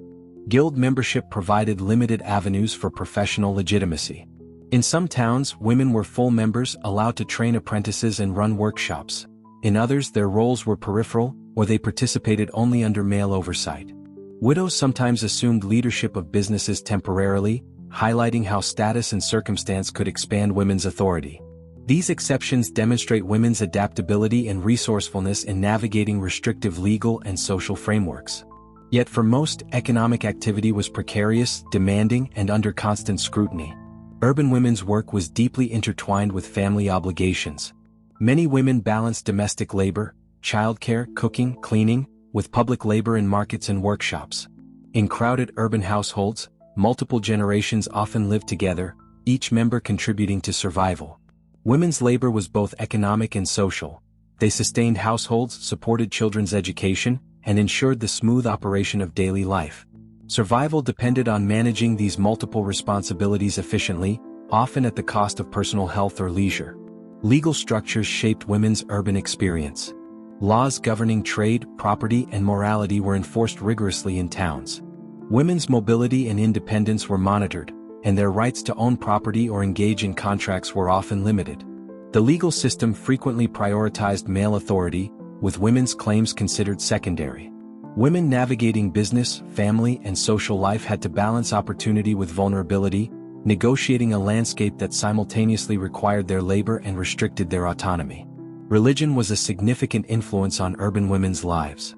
Like their rural counterparts, city women incorporated faith into daily routines, seeking protection through prayer, saints' intercessions, and participation in communal rituals. Urban churches provided centers for social gathering, charitable activity, and moral guidance. Religious devotion reinforced social norms, particularly regarding chastity and obedience, but also offered networks of support and occasional avenues for leadership, as women served as patrons, benefactors, or members of charitable confraternities. Urban life exposed women to heightened moral scrutiny. Their public visibility, particularly in markets or workshops, often made them subjects of gossip, moral judgment, and legal oversight. Sexuality, reputation, and public conduct were closely monitored, reinforcing the broader social pattern that women's behavior was a reflection of family honor and social stability. A misstep, perceived impropriety, or accusation could have serious consequences, including social ostracism, fines, or even imprisonment. Urban women were acutely aware that their public lives were under constant observation. Despite these pressures, urban centers offered opportunities that rural life could not. Women could generate income, gain skills, and achieve limited recognition in trade or craft. Networks of female collaboration, through family, guild, or neighborhood, enabled women to pool resources, share labor, and protect one another from both economic and social threats. The city provided a stage for resilience, ingenuity, and adaptation, illustrating the ways in which women carved agency from constrained circumstances. Education, though limited, was sometimes accessible to urban women, particularly in wealthier households. Literacy allowed women to manage business records, correspond with clients or family members, and participate in religious study. Some women became chroniclers, letter writers, or patrons of literature, using their literacy to navigate social and economic networks. These skills enhanced autonomy and influence, though they remained exceptional and contingent on social status. The contrast between rural and urban women highlights the diversity of medieval female experience. In cities, labor was public, social networks complex, and legal constraints immediate. In villages, labor was domestic and agrarian, with survival dictated by physical toil and environmental conditions. Across both contexts, however, women's lives were shaped by the twin imperatives of work and obedience, responsibility and vulnerability. Urban women, like their rural counterparts, demonstrated endurance, intelligence, and resourcefulness in the face of societal constraints. The story of women in urban centers reveals the delicate balance of opportunity and risk. Markets, workshops, and religious institutions allowed women to exercise agency, earn income, and influence their communities. Yet their visibility, labor, and independence were always circumscribed by laws, social norms, and moral judgment. Survival, reputation, and influence required skillful navigation of these overlapping pressures, highlighting the resilience and ingenuity of women whose contributions were essential but often overlooked. In every street, workshop, and market stall, women shaped the urban environment. Their labor sustained commerce, supported households, and maintained social cohesion. Yet official records, guild documents, and legal texts frequently ignored or minimized their contributions. To reconstruct their experiences to uncover a world in which women's work was indispensable, their influence subtle but vital, and their endurance a quiet but remarkable testament to their essential role in medieval society. In medieval society, marriage was not merely a personal or romantic choice. It was a social, economic, and political institution that defined women's lives from childhood onward. Family strategy, property transfer, and social status were the primary considerations, leaving women with limited autonomy over the most intimate aspects of their existence. The intersection of dowries, social expectations, and marital duty shaped not only individual lives but also the broader structure of medieval society, highlighting the ways in which women were both central and constrained in the social order. From an early age, girls were prepared for marriage, trained in the skills and comportment expected of wives and future mothers. Education focused on domestic management, piety, and social etiquette. Girls learned to spin, sew, cook, and supervise household staff, while also absorbing lessons in obedience, modesty, and virtue. They were taught to maintain honor, cultivate reputation, and navigate the delicate hierarchies of familial and social networks. These lessons were not abstract. They were essential for survival, ensuring that a girl's future marriage would be advantageous to her family and acceptable to the broader community. Dowries were central to the marriage process. A dowry was a collection of money, goods, or land provided by the bride's family to the groom or his household, serving as a guarantee of social and economic security. The size and nature of the dowry often reflected the family's wealth, status, and ambition. For noble families, large dowries could secure alliances, consolidate power, or elevate social position. For peasant families, even modest contributions might determine the quality of marriage, housing, and material conditions. The dowry was a tangible expression of the bride's value, linking her existence to the material and strategic priorities of her family. Marriage negotiations were intensely pragmatic. Parents, guardians, and extended kin orchestrated unions, seeking matches that would strengthen social ties, ensure the transmission of property, or consolidate economic resources. Women were rarely consulted, except perhaps for consent in name, and even that could be overridden by family or social pressure. The primary aim was to secure an advantageous alliance, with women often viewed as conduits for wealth, labor, and lineage rather than autonomous actors with personal desires. Once married, women's responsibilities expanded dramatically. They were expected to bear children, manage households, supervise servants, and maintain domestic production. The birth of sons was particularly prized, as male heirs ensured the continuity of family property and social influence. Failure to produce children, or to produce sons, could result in social disgrace, marital strain, or pressure for annulment. In noble households, reproductive duties were closely tied to political strategy, with women's bodies literally sustaining dynastic ambitions. Among peasants, childbirth ensured labor for fields and family survival, making reproductive labor both essential and perilous. Dowries also carried social implications beyond economics. They were a marker of status and a tool for negotiating women's treatment within marriage. A substantial dowry could secure relative comfort, access to better household management, or higher social standing within the husband's household. Conversely, a small or poorly managed dowry could limit influence, leaving women vulnerable to neglect or exploitation. Dowries were thus both a protective measure and a reflection of the transactional nature of marriage, underscoring the intertwining of material, social, and gendered expectations. Family expectations did not end with the wedding. Women were expected to uphold household honor, maintain moral virtue, and foster alliances with in-laws and relatives.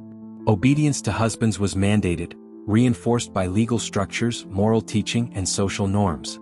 Deviations from expected behavior, whether in sexual conduct, domestic management, or interpersonal relations, could result in censure, social ostracism, or worse. Women were continually judged, their reputations monitored by family, neighbors, and religious authorities alike. Survival depended not only on physical endurance but on skillful navigation of social expectations. In cases of widowhood, women's agency could expand, though within limits. Widows often retained control over their dowries, dower lands, or portions of household property, and some managed estates, supervised trade, or negotiated alliances on behalf of children. These periods of independence were temporary, often lasting until sons came of age or new marriages were arranged. Nevertheless, widowhood highlighted the ways in which marriage and family structures could both constrain and empower women, depending on circumstance and social standing. The social and religious framework reinforced the importance of marriage and family obligations. The Church legitimized unions, codified marital duties, and monitored morality, emphasizing obedience, fidelity, and reproductive responsibility. Women were instructed in virtue, modesty, and domestic skill, while men were granted authority over household and legal matters. Religion provided moral sanction for societal structures that limited women's autonomy, framing obedience as both a social duty and a spiritual imperative. Yet women were not entirely passive in this system. Many negotiated the terms of marriage, leveraged dowries to assert influence, or exercised authority within households and estates. They managed servants, supervised production, and in noble cases, acted as stewards or regents. In peasant households, women balanced labor, childcare, and economic management, ensuring survival and continuity despite restrictive expectations. Agency existed in subtle forms, negotiated within the boundaries of family, law, and social custom. The harsh realities of medieval marriage illuminate the broader patterns of women's lives. Their social and economic value was closely tied to reproduction, obedience, and reputation. Dowries codified their transactional role, while family expectations structured their behavior, labor, and identity. Yet within these constraints, women demonstrated resilience, resourcefulness, and skill in navigating domestic, social, and economic spheres.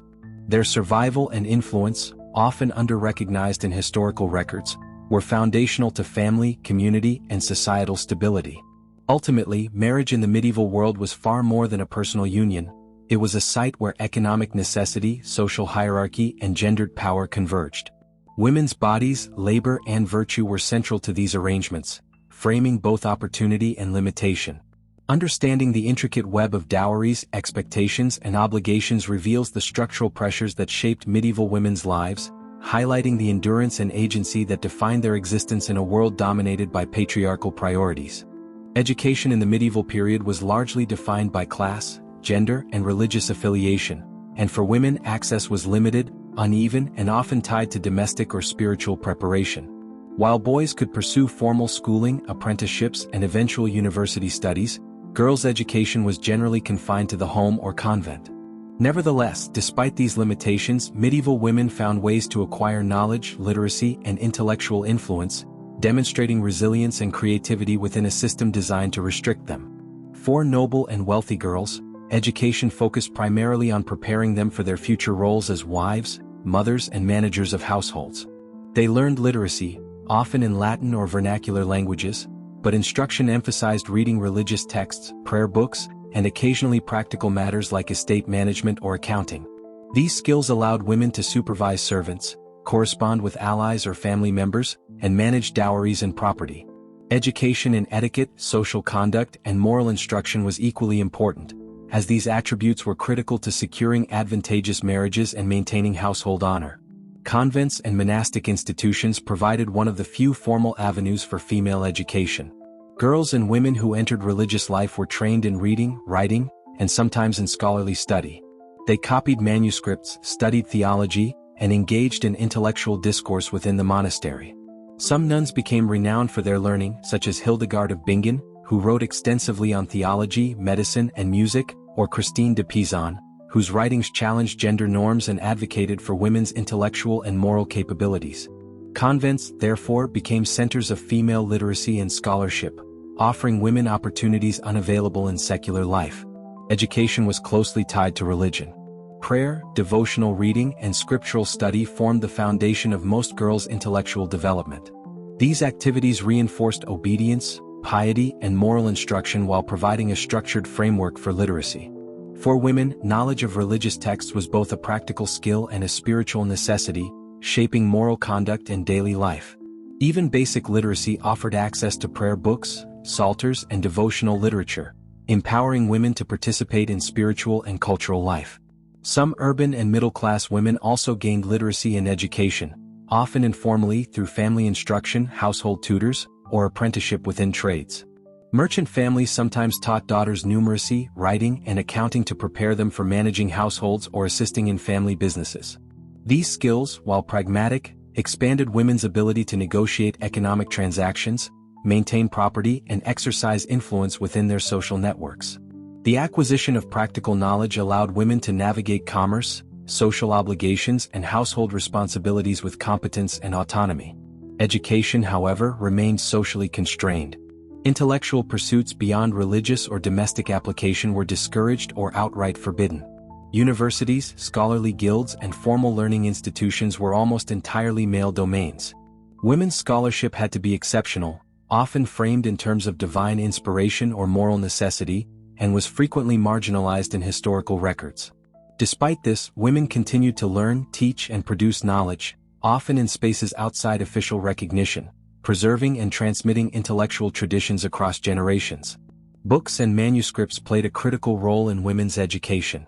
Devotional texts, practical manuals, and works of poetry or music were accessible in noble households and convents, enabling literacy and intellectual engagement. Women copied manuscripts, annotated texts, and engaged in correspondence, leaving traces of their knowledge in letters, chronicles, and religious writings. This literacy not only enhanced spiritual and practical competence but also allowed women to influence cultural and intellectual life, often behind the scenes. Practical education focused on domestic and economic skills was equally important. Girls learned to cook, manage estates, supervise servants, spin, weave, and oversee agricultural production or trade in urban settings. These skills were essential for survival and social stability, reflecting the intertwined nature of knowledge, labor, and gendered expectations. While these forms of education were often undervalued in historical records, they were critical to family welfare, household management, and economic continuity. The social value of education extended beyond individual competence. Literate women could correspond with distant relatives, manage property, participate in religious patronage, and influence political alliances. Education enhanced their social authority, particularly in households or communities where literacy was rare. A woman who could read, write, and navigate both religious and economic texts held practical power, though always circumscribed by patriarchal authority and social expectation. Despite structural constraints, women pursued knowledge creatively and persistently. Informal learning networks, mentorship by older women, and self-directed study allowed them to acquire literacy, practical skills, and moral instruction. Some engaged in writing poetry, theological reflection, or chronicling, leaving lasting contributions to cultural and intellectual history. These achievements were remarkable, given the obstacles imposed by gendered expectations, social hierarchy, and limited access to formal institutions. The story of education for medieval women underscores both restriction and resilience. Access was limited by gender, class, and religious context, yet women found ways to learn, teach, and influence their communities. Literacy and knowledge were tools for spiritual growth, household management, and social negotiation. Women's intellectual contributions, often unrecognized by contemporary authorities, reveal a persistent pursuit of agency and competence within the constraints imposed by a patriarchal society. Ultimately, the education of medieval women was inseparable from their broader social and economic roles. It prepared them to navigate marriage, family, religion, and labor, while occasionally providing the means to exercise independent thought, intellectual engagement, and cultural influence. In a world structured to restrict their knowledge and agency, women's learning was both an act of survival and a form of subtle empowerment, demonstrating the enduring capacity of women to adapt, endure, and shape their societies. Religion was a pervasive and defining aspect of medieval life, shaping morality, social norms, and personal identity, and for women, it was both a source of guidance and a mechanism of control. Christianity, with its emphasis on piety, obedience, and virtue, framed women's experiences from birth through death.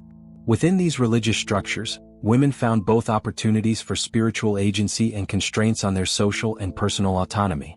Understanding the role of religion in medieval women's lives is essential for appreciating both their endurance and the limits placed upon them.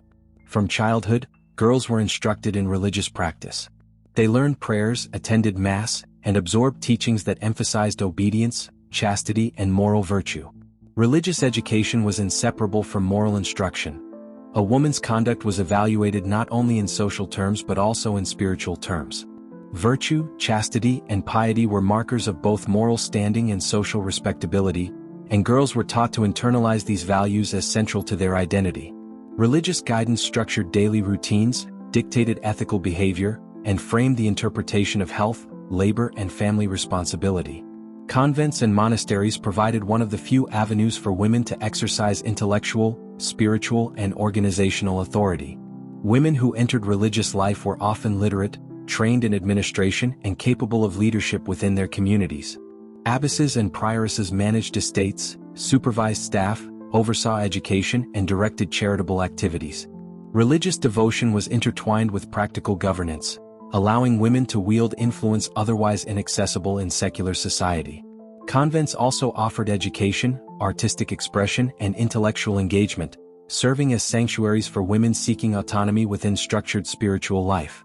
For women outside monastic life, religion permeated daily existence in both practical and symbolic ways. Church attendance, participation in rituals, and devotion to saints structured social life, provided moral guidance and reinforced communal bonds. Pilgrimages, feast days, and local festivals marked the rhythm of the year, offering moments of spiritual reflection, social interaction, and limited respite from labor. Religious participation was not purely devotional, it was a key component of social cohesion, with moral observance reflecting status, family honor, and community standing. Female saints and religious figures served as models of virtue, piety, and moral authority. Figures such as Saint Clare of Assisi, Saint Bridget of Sweden, and Hildegard of Bingen provided spiritual inspiration and demonstrated the possibility of female leadership within religious structures. Their lives illustrated how women could exercise agency, engage in intellectual and spiritual pursuits, and achieve public recognition, even within a framework dominated by male authority.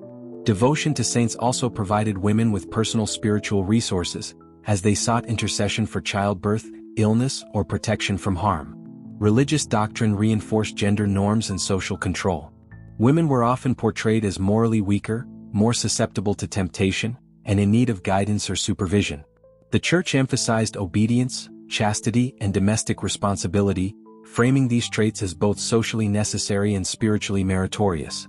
Confession and spiritual instruction functioned as tools of moral oversight, with clergy monitoring women's conduct and advising on appropriate behavior. Religion thus operated as both support and constraint, guiding women's lives while reinforcing hierarchical structures that limited autonomy. Rituals, prayers, and devotional practices offered women avenues for agency within spiritual life. Many engaged in daily prayer, meditation, and charitable acts, asserting control over their moral and spiritual identity. Wealthier women could act as patrons, funding chapels, altars, and religious manuscripts, influencing religious and cultural life. Even peasant women found ways to integrate faith into everyday survival, invoking saints, using charms, or performing ritualistic acts to protect themselves and their families. Spiritual practice became a medium for both resilience and expression, linking the personal, domestic, and communal spheres. Religion also intersected with economic and social life. Women's charitable activity, whether through the provision of alms, maintenance of church property, or care for the sick, reinforced social bonds and moral authority. Such acts demonstrated both religious devotion and practical contribution, providing women with a recognized, though circumscribed, sphere of influence. In this way, religious engagement was inseparable from women's broader roles in household, community, and society. The tension between spiritual opportunity and social constraint was pervasive. While religion allowed some women access to education, leadership, and intellectual engagement, it simultaneously enforced obedience, reinforced gender hierarchy, and monitored moral behavior. Women navigated these structures strategically, using faith to assert influence, secure protection, and maintain personal and familial stability. Religion was both a framework for survival and a mechanism of control, shaping the contours of medieval women's lives with profound impact. Religious instruction also influenced women's health, sexuality, and labor. Moral frameworks often linked physical and reproductive processes with sin, virtue, or divine punishment. Women were taught to interpret illness, childbirth, and menstruation through both spiritual and humoral lenses, blending practical knowledge with moral and religious understanding. Prayer, ritual, and devotional practice became essential tools for managing the uncertainties of life, highlighting the intersection of body, labor, and faith. In summary, religion permeated every aspect of medieval women's lives, providing guidance, protection, and moral authority while simultaneously enforcing social constraints. It offered paths to education, leadership, and spiritual influence, especially within convents or through patronage. At the same time, it reinforced obedience, chastity, and domestic responsibility, embedding women's lives within a framework that limited autonomy and codified gender hierarchy. Women's engagement with religion reveals both resilience and adaptation. They drew on spiritual knowledge to navigate social expectations, secure protection, and exert influence within restricted spheres. Their devotion was both deeply personal and socially significant, linking morality, labor, and survival. In a world defined by patriarchal authority, religious practice offered women both a means of endurance and a platform for agency, illustrating the complex interplay of faith, gender, and power in medieval society. Ultimately, religion was inseparable from the medieval female experience. It guided daily life, shaped moral and social norms, provided education and intellectual engagement, and offered avenues for leadership within convents and charitable activities. At the same time, it reinforced constraints, monitored behavior, and codified gendered authority. Medieval women lived at the intersection of these forces, navigating faith as a source of resilience, guidance, and subtle empowerment in a world structured to limit their autonomy. Work defined medieval women's lives, shaping their daily routines, social standing, and survival. From the peasant fields to urban workshops, women's labor was essential to the functioning of households, economies, and communities. Yet their contributions were often undervalued, poorly recorded, and socially constrained. Understanding women's work in the Middle Ages reveals both the relentless demands placed upon them and the resilience with which they navigated these challenges. For rural women, labor began at sunrise and often continued until nightfall. Peasant women worked alongside men in fields, tending crops, feeding livestock, gathering firewood, and maintaining household gardens. Their labor was physically exhausting, critical to family subsistence, and often uncompensated outside the household. Women bore the dual burden of domestic and agricultural work, performing tasks that ensured survival for themselves, their children, and the broader household. Even while pregnant or nursing, women were expected to contribute fully to labor, and illness could jeopardize the economic stability of the family. Domestic labor was central to women's work. Cooking, cleaning, childcare, spinning, weaving, and garment repair occupied much of their time. These tasks were not simply repetitive chores. They required skill, planning, and endurance. Managing food supplies, preparing seasonal crops, and ensuring cleanliness were critical to family health. Household work, although undervalued, demanded intellectual engagement, organizational ability, and foresight, particularly in large households or those managing estates or multiple generations. Urban women engaged in a broader array of work, blending domestic, commercial, and craft responsibilities. Many operated stalls and markets, sold food, ran taverns, or participated in textile production. Some joined guilds, though often with restrictions, or worked informally in family businesses. Urban women's labor was visible, economic, and socially regulated. Markets, workshops, and public spaces offered opportunities for income and influence, but also exposed women to legal oversight, gossip, and moral scrutiny. Success depended not only on skill but also on social navigation, reputation, and strategic alliances. Textile work was particularly significant. Women spun wool, flax, or hemp, wove cloth, dyed fabrics, and embroidered garments. These skills were crucial to both rural households and urban economies. In towns, women's labor in textiles could be commercialized, generating income, supporting apprenticeships, and sustaining markets. Noble women often oversaw embroidery projects, both for household use and as expressions of status. Textile work, whether domestic or commercial, required dexterity, patience, and expertise, reflecting women's vital role in sustaining economic and social life. Midwives, healers, and herbalists also constituted a significant sector of women's work. They provided essential services in childbirth, healthcare, and domestic medicine. Knowledge of herbs, remedies, and traditional practices was transmitted across generations, forming informal networks of expertise. Women's medical labor was indispensable yet vulnerable. Midwives were sometimes accused of malpractice, witchcraft, or moral impropriety. Their work illustrates the duality of women's labor: essential, skilled, and influential, yet socially precarious and subject to oversight or suspicion. Work for noble women was less physically demanding but equally significant. They managed households, supervised servants, administered estates, and ensured the smooth functioning of daily life. Their labor was managerial, organizational, and social, requiring diplomacy, literacy, and knowledge of household economics. In times of their husband's absence, noble women could act as stewards, overseeing finances, legal matters, and property. Their work was central to the operation of estates, the maintenance of social status, and the continuity of dynastic influence. Religious labor provided another avenue for women's work. Convents employed women in manuscript copying, education, charitable services, and administration. Nuns supervised property, cultivated gardens, and cared for the sick, blending spiritual devotion with practical labor. Religious life offered structured opportunities for intellectual engagement, leadership, and service, demonstrating how women's work intersected with faith, education, and community responsibility. Women's labor was also shaped by social and legal norms. Married women were expected to prioritize household duties, reproductive labor, and obedience to male authority. Widows, by contrast, sometimes gained temporary economic independence, managing property, businesses, or trade. Legal restrictions and social expectations constrained women's agency, but their labor remained indispensable to economic survival, social stability, and cultural continuity. Across all social classes, women's work was both a necessity and a form of resilience. Labor demanded both physical endurance and social intelligence. Women balanced multiple roles, adapting to seasonal, economic, and familial pressures. They navigated hierarchical structures, managed interpersonal relationships, and negotiated social norms to maintain household stability and personal security.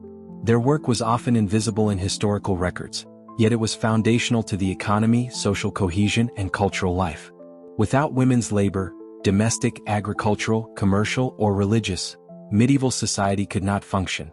The interplay of gender, labor, and survival underscores the centrality of women's work. While constrained by social norms, legal frameworks, and gendered expectations, women's labor provided essential contributions at every level of medieval life. Their efforts were both practical and strategic, enabling survival, sustaining households, and supporting broader social and economic structures. In many cases, women exercised agency within labor, making critical decisions, organizing production, and negotiating social expectations. In sum, work defined medieval women's daily lives, social roles, and survival strategies.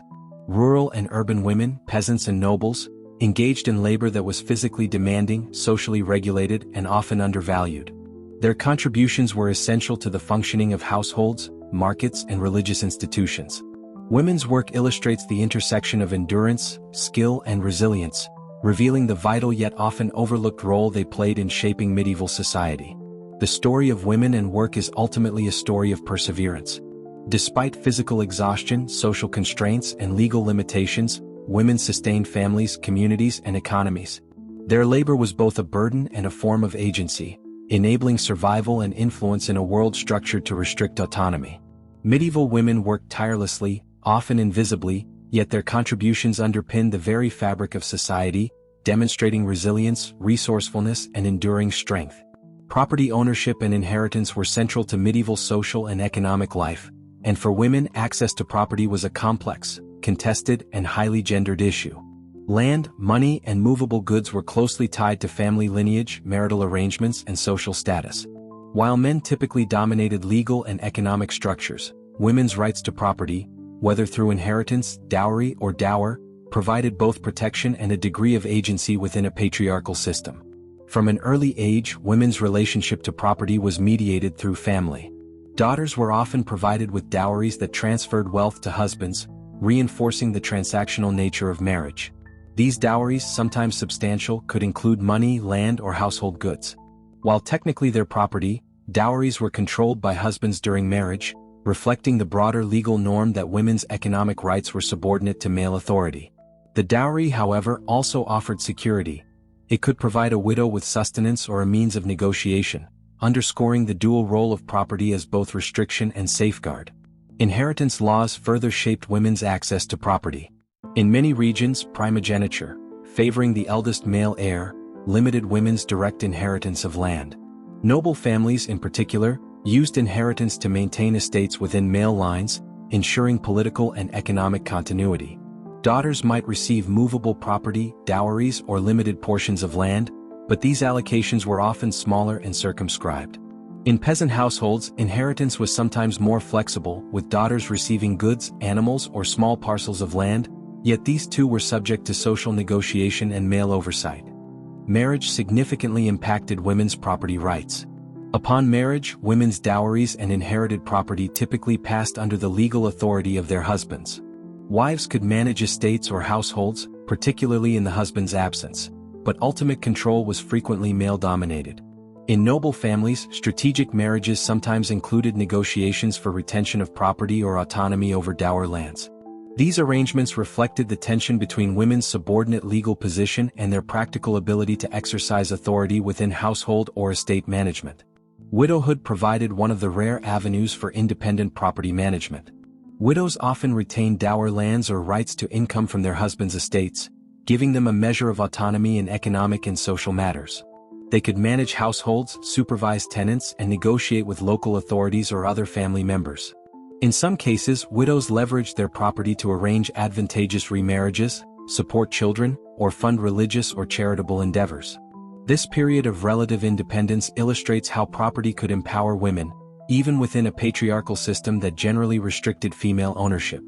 Urban women experienced property rights differently. Merchant and artisan families sometimes allowed women to inherit shops, funds, or business goods, especially if they were widowed or unmarried. These assets could provide financial autonomy and influence within trade networks. Women often managed these properties actively, overseeing production, hiring labor, and maintaining financial accounts. Property in urban settings offered practical opportunities for agency, though women still navigated legal restrictions, guild regulations, and social scrutiny. Religious women also engaged with property, particularly in convents or monasteries. Wealthy patrons donated land, money, or goods, enabling women in religious life to manage estates, fund charitable works, and sustain spiritual communities. Nuns exercised authority over property in ways unavailable to secular women, blending management, leadership, and devotion. These institutions illustrate the interplay between property, agency, and gender, demonstrating that access to resources could enhance influence even within structured hierarchies. Legal systems codified women's property rights, but often in restrictive ways. Laws granted limited rights for ownership, inheritance, or transaction, frequently subordinating women to male relatives or husbands. Disputes over property could be intense, with women navigating courts, social networks, and familial negotiations to protect their assets. Property was both a source of vulnerability and leverage. Women's control over land, money, or goods could secure social standing, influence marital negotiations, or provide protection in widowhood, but it also attracted contestation and scrutiny. Peasant women's property experiences highlight both constraints and practicality. While they rarely owned land outright, women controlled household goods, livestock, and sometimes small plots, enabling them to manage subsistence, trade, and family welfare. These forms of property were essential for daily survival, economic resilience, and household stability. Women's labor, combined with control over movable goods, illustrates the interdependence of work, property, and agency in sustaining rural life. The connection between property and social power is central. Land, dowries, and movable assets provided women with leverage in familial, economic, and social negotiations.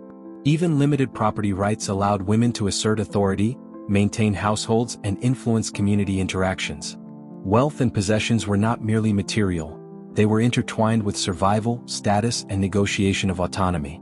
The ability to manage property, whether inherited, acquired, or retained, offered women a form of agency in an otherwise constrained social world. Women's property rights were never absolute. They existed within a framework of male authority, social norms, and legal regulation. Yet the strategic use of property, through dowries, dower lands, inheritance, or business assets, demonstrates how women exercised resourcefulness and resilience. Control over material resources allowed them to navigate marriage, widowhood, and economic survival, providing tangible means to assert influence in both domestic and public spheres. In conclusion, property in medieval society was both a site of limitation and empowerment for women. Dowries, inheritance, and dower lands framed their legal and social position, while also offering opportunities for agency, security, and influence. Access to property shaped survival, marriage prospects, and social standing, intertwining economic, familial, and political considerations. Women's management of property, whether through household oversight, business activity, or religious administration, illustrates the ways in which they carved authority and autonomy within a patriarchal system. Their experience highlights the critical role of material resources in navigating gendered constraints and sustaining households, communities, and social networks. Health in the medieval period was a constant concern, and women faced unique challenges due to reproductive demands, labor-intensive lives, and limited medical knowledge. Illness, injury, and disease were common, and access to effective treatment was scarce. Women's health was closely tied to social roles, with expectations around childbearing, household labor, and moral conduct influencing both physical and mental well-being. Understanding medieval women's experiences with health provides insight into the daily struggles, resilience, and resourcefulness required to survive in a harsh and often unforgiving environment. Reproductive health was a central concern for medieval women. Pregnancy and childbirth were both common and perilous, with high maternal and infant mortality rates. Midwives played a critical role, providing guidance, support, and practical knowledge during labor. Their expertise was often rooted in experience and herbal remedies, forming a network of knowledge transmitted across generations. Women relied on midwives not only for childbirth but also for contraception, fertility advice, and treatment of gynecological issues. Despite their crucial role, Midwives were sometimes mistrusted, accused of malpractice, or even suspected of witchcraft, reflecting the precarious intersection of skill, social scrutiny, and superstition. Nutrition and workload significantly influenced women's health. Peasant women engaged in exhausting labor, often with limited access to adequate food, while urban women juggled household management, trade, and craftwork. Malnutrition weakened resistance to disease, increased susceptibility to fatigue, and complicated childbirth. Noble women, though better nourished, were still subject to stress, reproductive demands, and social expectations that could impact physical and mental health. Across social strata, the intersection of diet, labor, and reproductive responsibility shaped women's vulnerability and survival. Common illnesses affected women disproportionately due to their roles in domestic and agrarian labor. Respiratory infections, fevers, and musculoskeletal injuries were frequent, exacerbated by exposure to cold, damp, and unsanitary conditions. Childbirth-related complications, infections, and hemorrhage posed serious threats. Women often relied on herbal remedies, home treatments, and guidance from experienced female relatives to manage illness. Knowledge of medicinal plants, poultices, and dietary adjustments was critical for survival, reflecting a sophisticated, though informal, system of healthcare rooted in practical experience. Mental health, though less formally recognized, was also impacted by social and physical pressures. Women faced constant demands to manage households, bear children, and navigate social expectations, leading to stress, anxiety, and emotional strain. Religious devotion sometimes provided psychological comfort, with prayer, ritual, and participation in church life offering coping mechanisms. Social networks of female relatives and neighbors also supported mental well-being, providing shared labor, advice, and emotional support in the face of adversity. Access to formal medical care was limited, particularly for rural and lower-class women. Physicians were expensive, often male, and trained in university settings largely inaccessible to women. Urban women might seek treatment from apothecaries, barbers, or surgeons, but these options were uneven in quality and availability. For most women, healthcare was home-based, relying on midwives, elder women, herbalists, and practical experience. This reliance on informal networks highlights both the resourcefulness and vulnerability of women in maintaining health in the medieval world. Preventive practices were an important aspect of women's health. Attention to diet, hygiene, and seasonal rhythms was guided by both tradition and humoral theory, which linked balance of bodily fluids to disease prevention. Women monitored children's health, managed household cleanliness, and adjusted labor to avoid overexertion.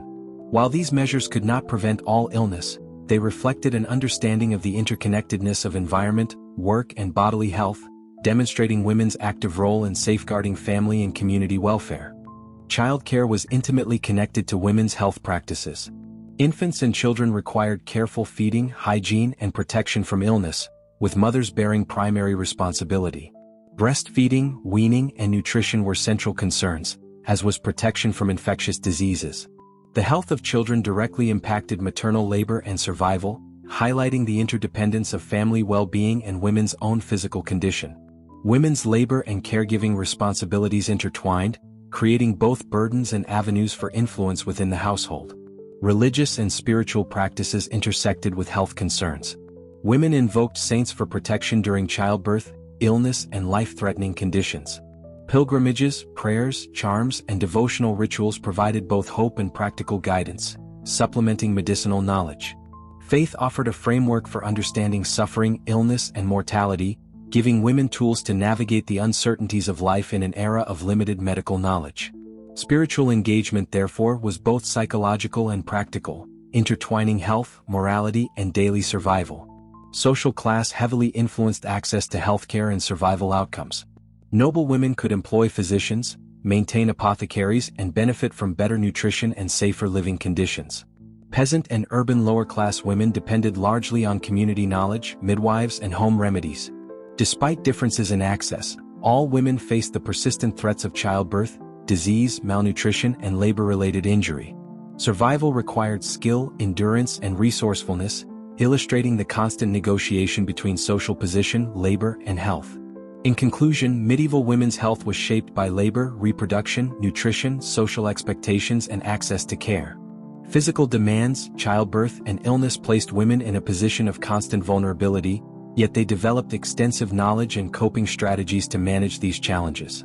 Midwives, herbal remedies, domestic medicine, and social networks formed a complex system of practical care, complemented by religious and spiritual guidance.